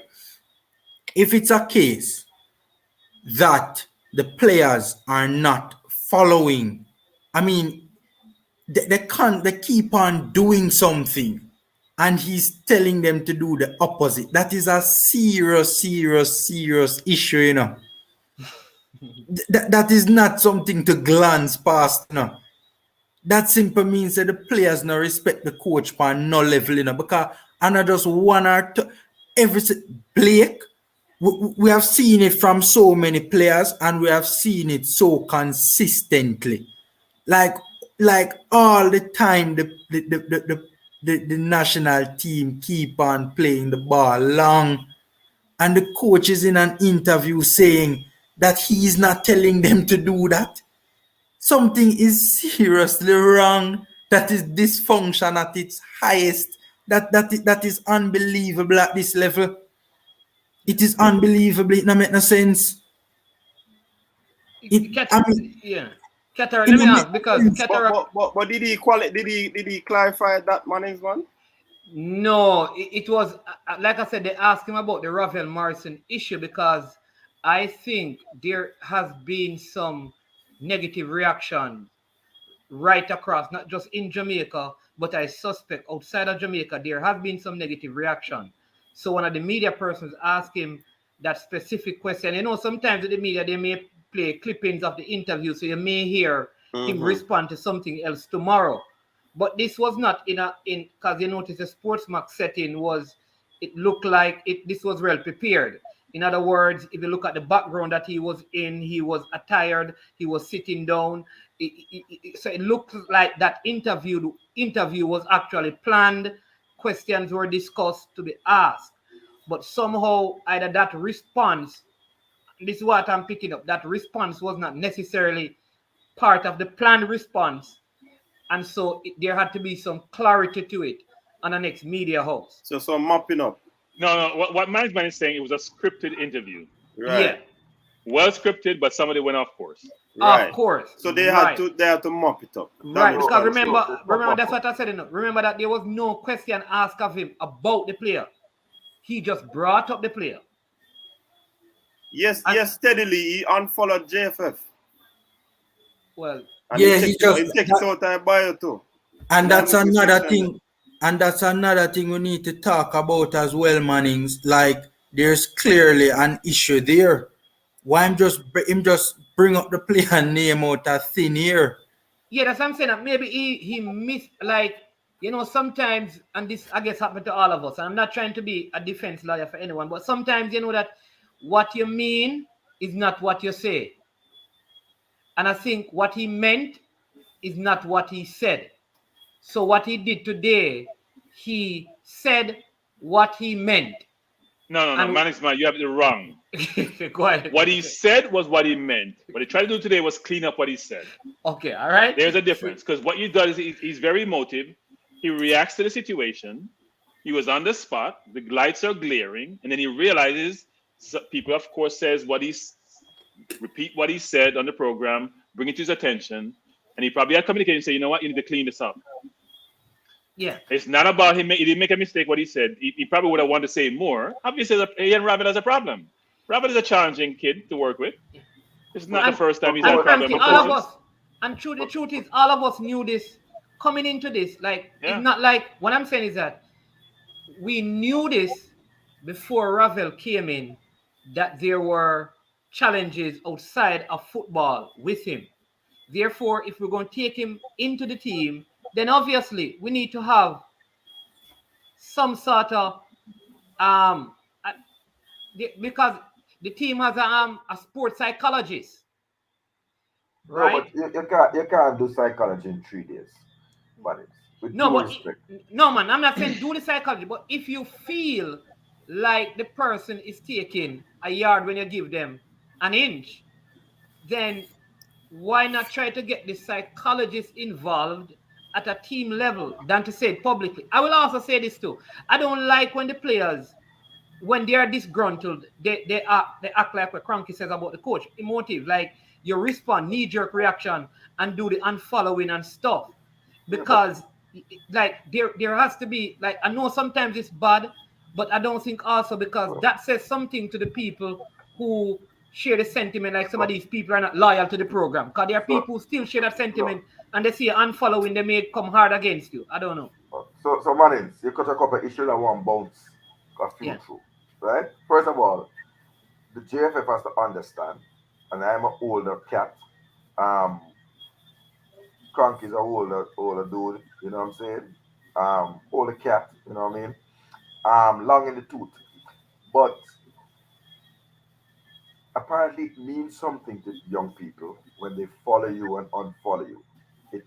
It's a specific message. The JFF doesn't understand that when people puts up the flag and follow you, it means they are interested in playing for Jamaica, or they have some interest. It's a common deal. That's the social media language. Right. They don't get that language. They don't understand that language, and so they need to get somebody that understands it. And it means something when somebody unfollows you. Like it hurts. It's meant to hurt you, right? Meaning I'm hurt by something you did, and I'm trying to hurt you back. Right. Okay. That's right. Good. So that's number one. I think it's very unfortunate because I want to come back. I waited a while before I came. Cronky said in his earlier intervention, and I want to, with his permission, if I could extrapolate a little. You're short of money, and you are possibly going to get fans, and have to ask them to pay a very high price to come in the stadium, including the cost of a PCR test. Is this the time to have a spat with one of your two main calling cards with drawing power? That's like the West Indies in the 80s going to play and then say, F it, we're going to leave off Viv Richard for cricketing reasons. Like,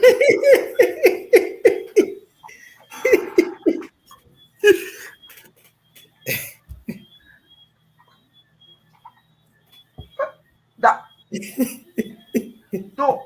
So today's walkback was even worse than yesterday's. How would the man never know cricket for a long time? How would you react if the West Indies for cricketing reasons? We are dropping Viv Richards from the squad. And while we're at it, for cricketing reasons, when we need to bowl out Australia or England, you know what?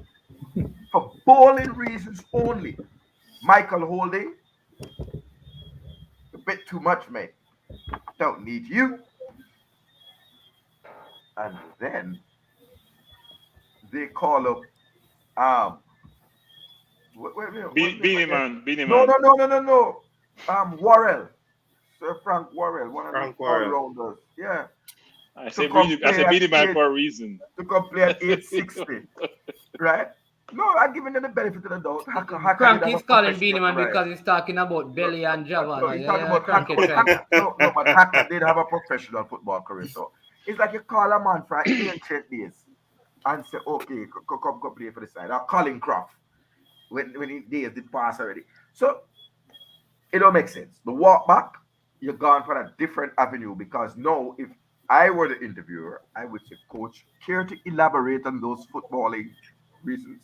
Are you saying that he's not able to lose the ball as efficiently as O'Neill Fisher? And that's so he's dropped for footballing reasons? Yes, that's what was said.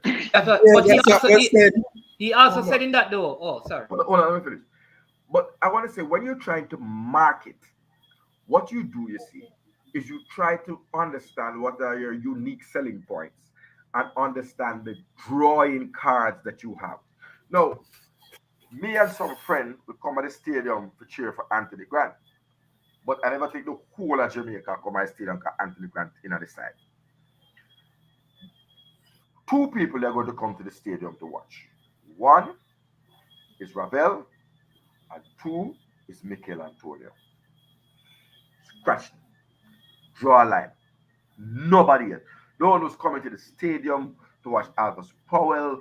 No one's coming to the stadium to see Javane Brown come back in the national team. No one. Like nobody. So if those are your two poster boys, then it must be some very serious footballing reasons that would preclude him from the squad. And I would like to hear them. He then went on to say, when asked about Amari Bell, personal reasons that he doesn't want to discuss. Hold on. Listen. You want to kill us, Ninja Man? No, man. Hold on. I would have said, hold on. Personal reasons. Now, let me say something. If you owe a man money and don't pay the man the money, it's not a personal reason, it's a financial reason. It's a no, different. No. My name is not Theodore Whitmore, so I don't have no bridle on my mouth. But you ever hear me in a sound clash yet? Google. I tell you all kind of thing will come to my mouth. I'm being very nice here. I don't have a filter. So we have been talking for weeks now. When Cataract came on here, we discussed the matter of the fact that players made payments out of their pocket and have not been refunded. And they are feeling a bit miffed. And you can't owe somebody some money and then gone down at the next shop, gone trust at the next shop, and you know pay at this shop. It no works in a corner shop work. Man, we move to the shop where they move to then last. You understand? I just got a youth humble. You can't take advantage of him like that and make it look away. But what I found interesting, Formula and Mannings, is how is that an excuse? So if Amari Bell is unavailable, then I have one left back in Jamaica. Why Greg Lee then? Because Greg Lee not have no personal reason. None whatsoever. Yeah. Right? So again, it doesn't cut the mustard. And finally, I'll say, so that others can come in. Big up Alicia Sampson, Team Cataract. And, yeah, man, a new induction in a Team Cataract. And Stan Cranky, for all the things you have done on this program and said, you have never been referred to as the great. The great what? The great what? The great Cataract.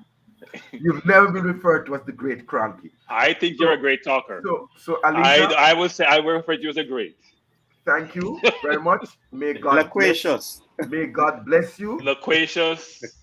May God full of wind. I have a lot of things I could describe how you speak. May God bless you with many boy children that will one day come to represent the Jamaica football team in the future. Maybe 3 or 4 or 5 boy picnic. May he bless your womb. Yeah. Alicia Sampson, welcome to the program. Welcome to Team Cataract. So that okay, because you know that he did say in the whole thing as well that because he did bring up Anthony Grant's name about them not being able to, because he also put that as part of it, them not being able to go to the USA, play in the USA game. He didn't say not go, he just said not being able to play in the USA game and blah blah blah. But you see, I am hoping, this is my hope, because I am hoping that they would have spoken to Ravel. They would have had a conversation, because for you to like, Cataract is right. If you go to the media and say it's for footballing reasons, that have create more questions than answers. Unless you have gone to him and said, listen, here is the reason why, because you couldn't make it for this game because of these reasons, and then whatever. But if you have not had a conversation with him, there is going to be problems going ahead. I have my own speculation. Team Cranky on the table. No, I have my own speculation. No, and Cranky, what you need to tell your followers, if they're going to say great, then please spell your name right. Cranky. My name is not easy to spell. The crankers them out. See, I get all name the cranky. The crankers them. my people. Where's the way, Galaxy Boss? Can I get the platform? Can I get the platform? Or are you gonna be windy as usual? But Cataract now have a team squad name. My supporters are not always loquacious and verbalize their support, but I know they're there, and I thank you. You don't have to be like so loquacious as the person representing you. You just have to be support. You can support me in silence, and I appreciate it. I'll say one thing though, is that I believe, this is my own conspiracy theory, that there was an issue when Ravel was removed in the Panama game. That's how I felt. That knowing how Ravel is, it probably didn't go the way with the coach. I'm sure the coach is thinking it's gonna be difficult for me to work with him. Right? I believe that because he got taken up at halftime, it wasn't his fault we're down, but I'm sure there were probably issues. And you know how some players are, they're gonna express themselves. And he never came out on the bench, Cranky, for the second half. As I said, I believe that something went down at halftime. Yeah. There's no way Ravel taking out the game. That means he's being blamed for how the team is performing. There's no way. That's a true point. Go ahead, because we have credible evidence of a major dust-up in the dressing room at halftime. I can imagine. Allegations of disrespect and this, as Jamaican man put it. Man, we're this coach. So we want to know if this is the fallout of this. And it could be that. But Cataract and this is what I'm saying, that part of what the coach said at the interview is that when he was asked, do you have the respect of the players, seeing that some of them play at the higher level and all the money make, he says, unequivocally he stated that I have 110% respect from all the players. They said all the players, and he said yes, from all the players. No, we can call it hogwash, but I'm going to go by what was said. Yeah, that is what was said. All right. Mornings. The other issue, all right, go ahead. Because I have an next question to go ahead, Formula. And in the same interview, saying that the players are not following his instructions, I want this to say something as well, right? Just to clarify, Mannings.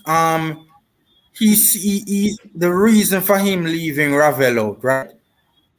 You made mention of attacking midfielders. Could you just repeat that part again for me, please? No, he said it's a footballing reasons, and they have other players. He never called any name, but I suspect he's thinking that Tyreek McGee, because again, this is piggybacking on the interview on TV. I think he's thinking like Tyreek McGee is going to play that role at least for these 3 games. That is how I connect both things. So this Rafael Morrison's, remember he referred to midfield position in particular. No, man, he said in that position, which is speaking to the position that Ravel plays, they have players, and that was part of the footballing reasons. Oh, so he didn't say attacking midfield position. No. I'm asking. No, but you're expecting a bit of depth, which you know is not there. Let's not do this. But I mean, the other issue I have is this in a Cataract. I don't know if you guys. I don't want us to move off of that point because that is very clear. Because I thought that the coach might take an opportunity to explain at any next forum that he goes on the inclusion of Javon East, Hacker, and O'Neal Fisher. The 4th right back.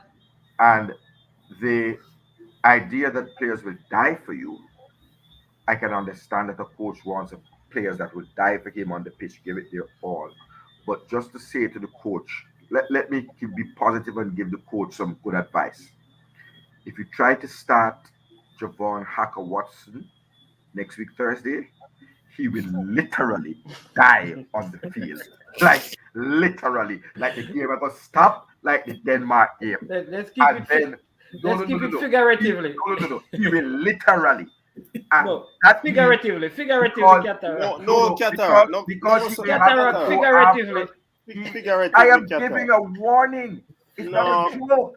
If you put a man in that environment who appears to need to belong on the Fit Farm program, where everybody's trying to lose 50 pounds in 50 days, right? The one that come on TVGR CVM.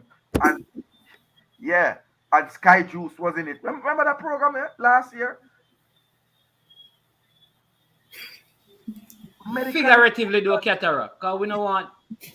Me worried. Figuratively cataract. The man concerned about him well-being. No, man, we can't see literally. I was all for it when it was he's going to come on for 3 minutes at the end of a game, yeah, and get the paycheck, right? But the interview suggested to me that Hacker's an integral part of the fact, former FC Dallas midfielder, etc., etc., etc., etc., etc., etc. And maybe because the match is being played in Texas, I thought that would have been the explanation. He's familiar with the surroundings. But that's the desert. All right. And around them places are. All right. But I have two things that I want to ask you guys. Number one, because these two things, I'm going to get back to the team. And then I'd love to hear everybody's thought on this. One of my biggest takeaway let me just get to the ticketing thing, because I don't understand, because the tickets, the approval is possibly going to be on Monday from the government for the game, which means the ticket prices are going to be 14,000 fans, 2,000 for the grandstand, 7,000. No, 2,000 for the bleachers. Yeah, 2,000 for the bleachers, 7,000 for one year. 200. 200, because there's a $200 because it's online, meaning you have to use debit or credit card. You get so I don't know how many of the footballing fans are going to be able to do that, to get PCR tests or have vaccine, because they can only purchase the tickets online. Something is downloaded to your phone. Yeah, right. So I'm thinking about the time. Mannings, it's harder to enter Jamaica than to enter the stadium and support the Reggae Boyz. It looks like that. Man, how much is the PCR test? 22,000. I think the PCR test is if you're not fully vaccinated. I saw that is what they're saying. It's either or. It's not both. All of that effort for a losing team. It's not both, man. It's both. They have to confirm, because I understand it to be both. So you're paying 22,000 plus your ticket price. All of that effort for a losing team. All of that is for going for the game, The PCR test, if you were not going to get it, plus the price of going to the stadium, plus refreshments. You got to figure out what's going to cost me for going to a game for and a remember team now, that's if you live in Westmoreland, as an example, you have to get something that you can show the police when you're heading back home, or you have to rent a hotel or stay with family in Kingston, because curfew will be done by the time. It's a no movement. No, man, it's not a no movement day. All Sundays are no movement days. Right, so it's gonna be a no movement day. So you're gonna have to get no movement to the national stadium. No, you can. Apparently, you're supposed to be able to use either get a letter or the ticket thing on your phone. You're missing my point. Yeah. If I have to go through all that rigmarole to get to the game, why would I put myself through all that pain? And then ravel the day. And then ravel down play if you entertain me. Why would I go? Yeah. All right. But not only that, let me ask you this. Part of Tapa's cry. This come like our exam. Part of Tapa's cry. Get called to the bar. Proctologist. I don't know if you heard it, but part of his cry is this. And you pick this up from his interview, that he had a group of players that he was working with. Right? And then players had to come into the side and unset them. Now, most of us don't agree with that. All right? But I want you to look at this. What do you think about this?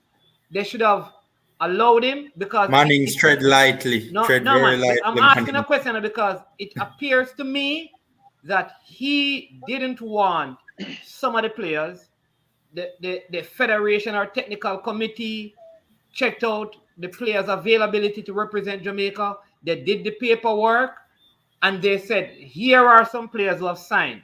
He didn't want them. He felt like I had a good enough group of players that if I were able to work with them alone, I would have done this. Should they have allowed him? Watch this. For the first 4 games, says, listen, we are going to let you use your players, and if after 4 games you don't have 6 points, you lose your job. Something like that. Because now what has happened is that he can step away and say, listen, well, they were giving me players that I didn't want, and if I use my players, I'd have... And now I'm just asking a question. Mannings, he himself acknowledged the fact that he needed reinforcements, you know. And he said it on a number of occasions. But you heard what he said yesterday, though. It didn't sound like he needed so many players. Management, listen. I am the coach of a team. And my technical director select a bunch of players and give me to go into a game. Are you a timer going off somewhere or something? Is it me? He cannot. Are you a beeping? He cannot tell me. Like a bomb is about to explode. You don't hear it? Are you ticking? Tick, tick, tick, tick, tick, tick, tick. I think your TV. I'm supporting you have a pacemaker. So your TV behind you. Behind you. I'm afraid. Turn around. My TV. I don't hear anything. It's stop now. I hear Peeny Wally. I don't hear the TV management. I must your TV behind you, management. Look behind you. Sorry, supporter. Go ahead. Sorry. I'm afraid of management. You cannot tell me if a player, any player that I don't want. You don't coach a team, I coach a team. So that's a lame excuse. If the coach never want them, he could say, listen, I don't want them. But he know for fact sure he needed the help because management, they're not good enough. They're not good enough, management. Bottom line. If they're not good enough, he would have worked with them. Simple as that. Nobody never call Casey Palmer personally, Sir Porter? Nobody never time up. What was that? Did he call Casey Palmer personally? I don't know. I don't know who Whitmore called. From who Whitmore don't call. That's what I heard, that he contacted Casey Palmer personally. Well, I mean, you have to hear that from him. But so look, I thought that Cataract gave a good perspective on the various age groups and what we have done in terms of competition they've played in. I think I saw some competition under 15 playing. They didn't do too well more recently. So that's why I'm concerned about the progress. And yes, we want the local programs to do well. And we want programs to people to come to local programs. But it's very obvious that you have to leverage resources wherever they are in the world for any country trying to compete in a major competition. The US does it. Other teams do it. Brazil called Laporte, who has never played, Brazil, Spain, was never played for Spain. He's a France-born, France international. They didn't get called for France. They come to come play for Spain because they realize they have a gap there. That's what we have done. And as Devon says, how many players do we have playing at a very high level outside of Jamaica or locally developed? Very high level means Premier League or Syria or La Liga. How many players do we have, apart from Bailey, take Bailey out of the mix, where are the other players who are playing at that international level that we can say, you know what, they are differentiators? Yes, because what we all look at is where are the players competing, who are they competing against, how are they performing, and then how would they translate to a national program to help progress that. And we know the local players and where they are, and we commend them for making progress. But if they were where they were, we wouldn't be all here saying bring all these English-born players in. None of us would be saying it, no matter where we were born or where we grew up. We always say bring the best players. Bring the best players to play for the national program. Whitmore, apparently, is more comfortable with the players he's used to. Whitmore should go coach those players for some Bush League team because we need the best players on the team. If he's always comfortable, well, don't coach a national team because we want national team to get to the World Cup and do really well. And frankly, what he's trying to accomplish and what he's trying to do is Bush League. And the way he's communicated is Bush League. I'm going to use that term a lot because that's what he has done. I watched the interview. I was extremely disappointed in what he says. No coach does that. Now, a coach may call out a given player, like he called out Ravel, that they want to make a point, but they're not going to have one camp against the other camp. He mentioned Blake specifically for a reason. To say Blake support him, Blake will die for the badge. And when he was asked the question, he had this funny chuckle, stupid chuckle, that then says, by my body language, you're asking me a question, you know the answer, they're not coming to the cause. And Fred Butler said the same thing. And it's very disappointing to hear people in those situations, in those positions, who are divisive and are not helping, they're hurting. Makes no sense to me. Can I ask a question? Is it a possibility that the coach is trying to find a fall guy, so to speak, in terms of everybody agrees that the standard or the expectations have been raised because of the quality of players that have come in, right? The national team is not performing up to the standard that it should be. Could it be a possibility that Coach Tapa Whitmore is trying to find a fall guy to say, this is the reason why I am not handling the UK born players, or I'm not getting the best out of the UK born players that I should be getting because of their attitude and because of their commitment or the lack thereof? So, what? Oh, sorry. Go ahead, man. Bottom line. Porter. If we feel, Mr. Porter, they said, it's a middle line. They say you must say middle line. Top line, front line, side line. The front line. Listen. I am not. A pure cataract that audience, listen. Pure cataract that the audience. See, a pure Listen. Listen. I hope no supporter of mine is saying these things. Please don't say that. Talk what you're talking about. Mr. Porter, say what you're saying. I cataract fan them. Most cataract people them. You see this loose Jamaican talk? Yeah. I'm not a part of it. I don't condole in this loose type of talk. No loose argument. No, don't be like I'm not in the Whitmore. Ignore loose it. argument. Don't be like Whitmore. Ignore it and move forward. Ignore it. I'm not. If you give it life, it never stops. There's a new dialect. And yeah. have to work I am with not dialect. in it with them. Right. All right. The Listen front to this. line is. The front line. Listen to this. The man I look somebody for blame. The man I look somebody for blame if we fail to reach World Cup. Him need to take the blame. You understand? Him need to take the blame. Evan, I don't see it that way. I think what he's basically saying is that I did well with my team against Mexico and Costa Rica. And you can see from the people they brought in to give to me, which I had limited control over, we didn't do well. Because I have these guys, I know what they're about, I know how to position them, and they're going to die for the badge. That's what he's saying. What he doesn't realize is that he needs to find a way to blend the team to get the best out of the team, position the team for success, and he's not capable of doing so. I keep saying he's a coach. He not have to pick anybody. It does not have to pick anybody. There's a pool of players at probably 60, 70 players. Choose your 23 from that. Whatever you choose to go in a game, it is what it is. Nobody not holding you at gunpoint or tie you up and say you have to pick this man. You're the coach. So, never feel concerned about the time. They want to blow up the spot. We can't use certain words, so we don't run certain jokes, but it looks like you've had enough for the JFF and you're going to do something about it. So, coach, we reached probably 4 hours. I know coach is a strict man enough.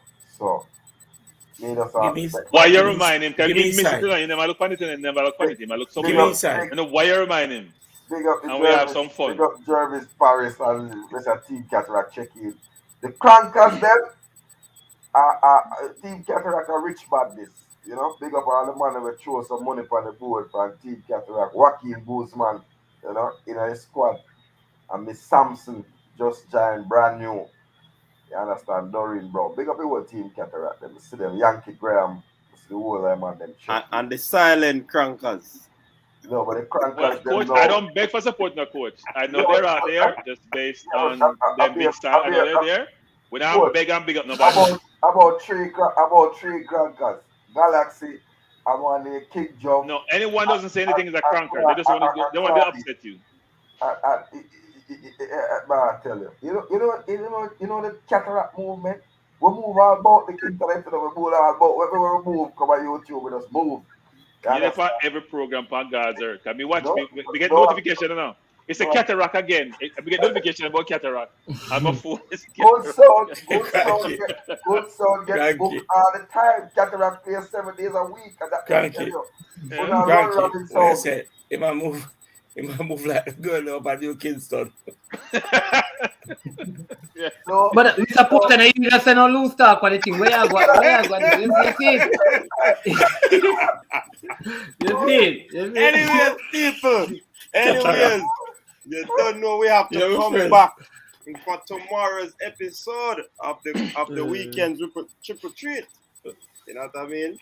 Big up to all the massive. I'm gonna just give people them on the panel just a 30 seconds just to give your final thoughts. And I steadily say I hope we don't get blamed for the misinterpretation of what was obvious. Go ahead, Qatar. You are started. 30 seconds. I started 30 seconds. Respect all the ballers that are going to play this weekend. Please pray to God and hope to stay injury free. Beg Jah guide them, you know.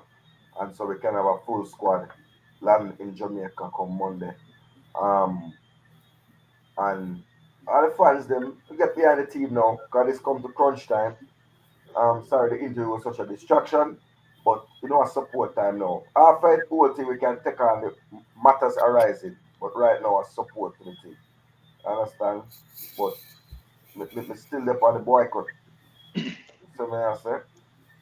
Claudine H, are you going to Austin, Texas? Let us know. Formula. I mean, I just hope that we can, move past all of the chaos and, get this thing together and get it up and running. We haven't gotten off the ground as yet and we need to get it up and running. So I just wish that all of the negativity will just subside, will just vanish into thin air, and I wish the team all the best going forward, and I certainly hope we get a good result in our upcoming round of fixtures. All right, Devon. Even though I came late, and I haven't seen the video, we all understand that the coach said things that he probably shouldn't have heard, but the onus is on him to do the right thing, clean it up, select the best 23 that will go out there and compete to get a result. I look at this 23 going into the US game, and I think this 23 is good enough to get a result without Pulisic and others who might be missing. If it's Aka, it's Aka. We know what Aka can do. Me not bashing for bring Aka in. Aka might be at age, but I've seen all over the world players playing at 35, 36, 37 and still doing well for their national team. He might not be playing football at a constant level, but he has enough experience and he knows all these teams and he knows what to do. And if he's fit and he's the man there, I just hope that they put the right team around him so he can shine, because we know what Aka can do. He has represent Jamaica with distinction. And I am not going to bash anybody. The team is the team, it's our team. As Cataract said, is support. We have to rally behind this team and support it.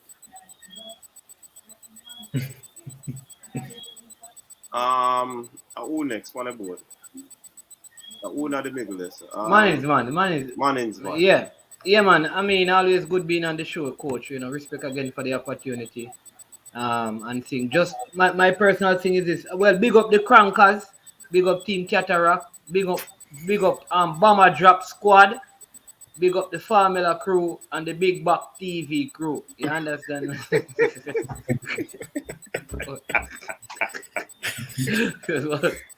But moving right along. To be, you know, it was very telling, and I keep on saying this. The coach said in his interview that at the end of the game, he was going to speak to the team at the end of the Costa Rica game.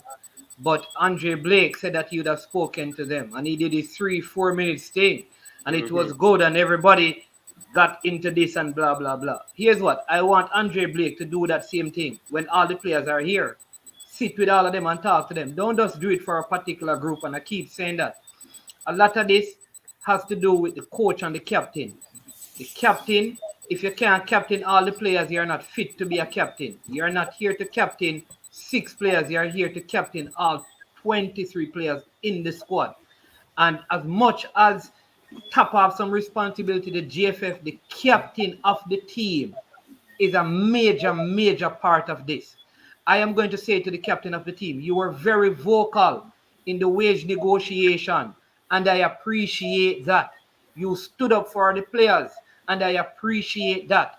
Jamaica stood with you and challenged the GFF to give you a better pay package, and we supported you in that.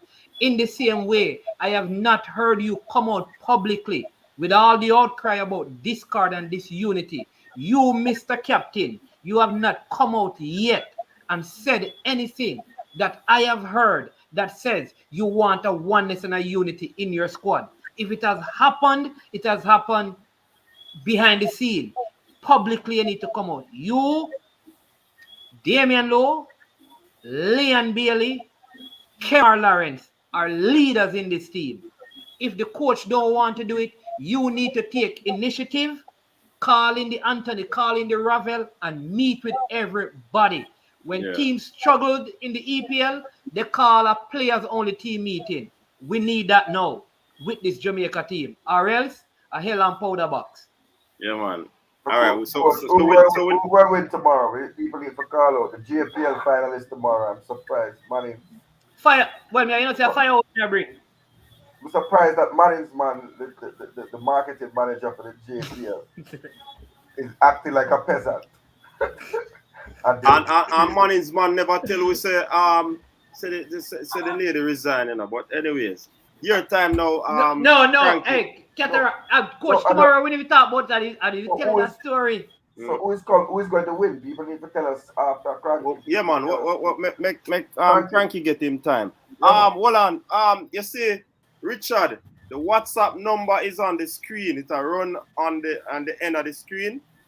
If you want to come on the panel, that's how. See the number there: 1-876-474-3538. That's how you get the link to join the panel. All right, Cranky, go ahead.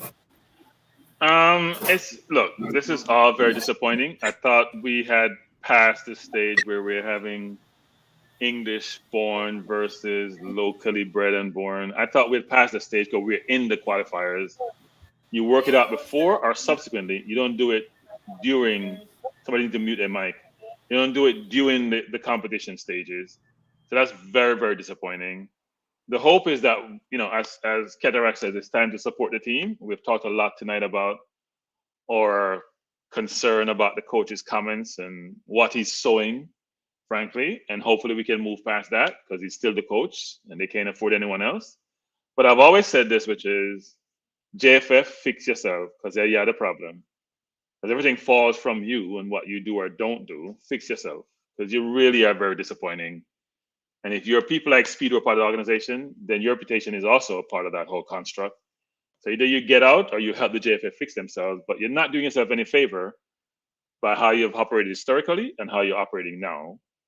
And if you don't fix yourself, we won't get to where we're trying to get to, which is compete at the highest level. And the players, by the way, and Blake said this earlier before the campaign even started, question the commitment of the English players. I don't want to hear you talking about how Blake made this wonderful speech. He was talking to Jamaican players. He wasn't talking about a team. If you're the captain for the entire ship, not for half of the ship, or part of the ship. And that's also very disappointing about Blake and how he's managing his role as the captain of the team. Because your role is to bring people together, not split them apart. And we have said this a lot of times, which is we agree holistically that we can't get to the World Cup with just locally developed and locally based players. It's not happening. You need an entire team to get there. And all the players who are part of the team are Jamaicans, last time I checked, whether they're naturalized or they're born there. So why don't you work as a team, Blake and Lowe and others who are leaders, act like leaders, bring the team together for a common cause. Let's stop this whole dissension thing. Even you serve your coach, because you know what? He's not adding value by how we engage or we communicate. And I don't believe this whole nonsense about the coach doesn't mean this and the coach doesn't mean that. You say what you mean when you ask first, and then afterward you correct what you say because you realize it has landed well. The coach needs to change how he operates. And by the way, coach, I was checking everybody else, so that's why I'm doing more than 1 minute, 30 seconds. Cataract took 3, and Manningsman, and even Devon took 2 minutes, which is shocking. And I finished by saying this, which is my hope is that we'll do really well at this juncture in the next 3 games. We'll get some positive results, and that will help us to trend forward in terms of trying to correct what has gone wrong and do better going forward. My hope is that we win all our games and we can all be enthused and all have positivity going forward, because right now we don't feel positive.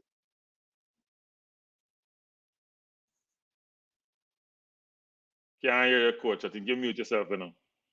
Gentle people, thanks for tuning in to the coach's desk.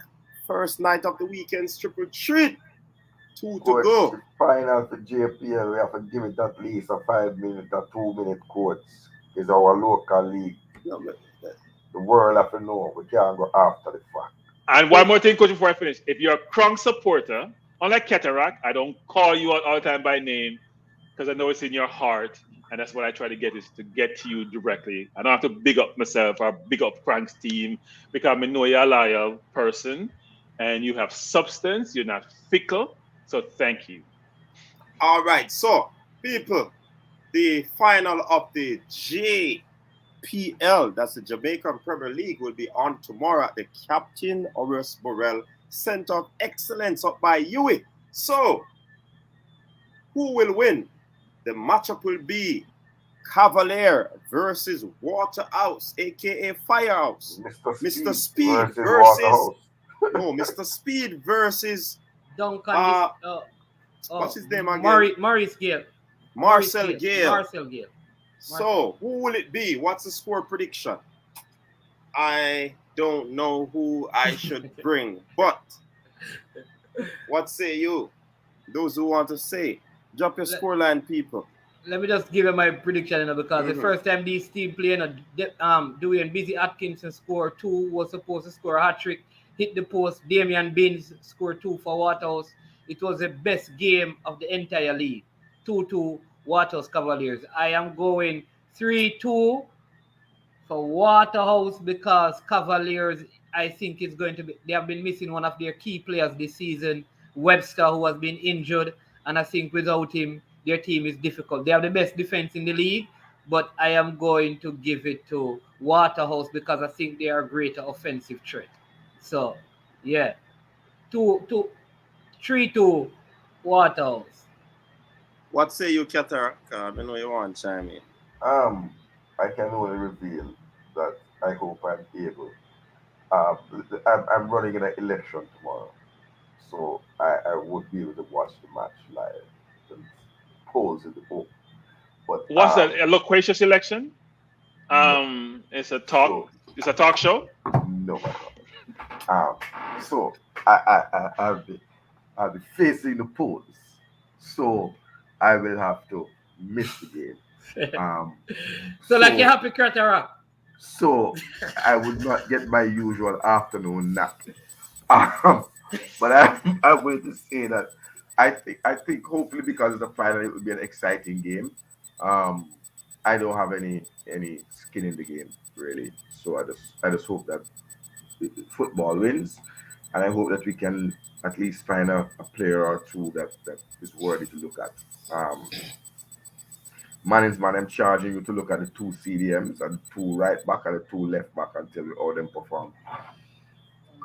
There must be a left back in Jamaica that could Yeah, man. And there's a guy called Jamai Topi who has been playing really, really well. 20 years old, very good. I've heard of Topi. Yeah, so he has been playing well. But he's not a left back. No. He's a center back. Mm-hmm. So big up the players them in Jamaica to are open to get to play and don't get no injuries. So they can come back in December in the new season, and I hope they put the air conditioning in the Rupert, please don't talk. Is the game on TVJ Sports? No. Sports Max, I think. Sports Max? Okay. And CVM. And CVM. It's on CVM. Okay. Yeah, it's on CVM as well.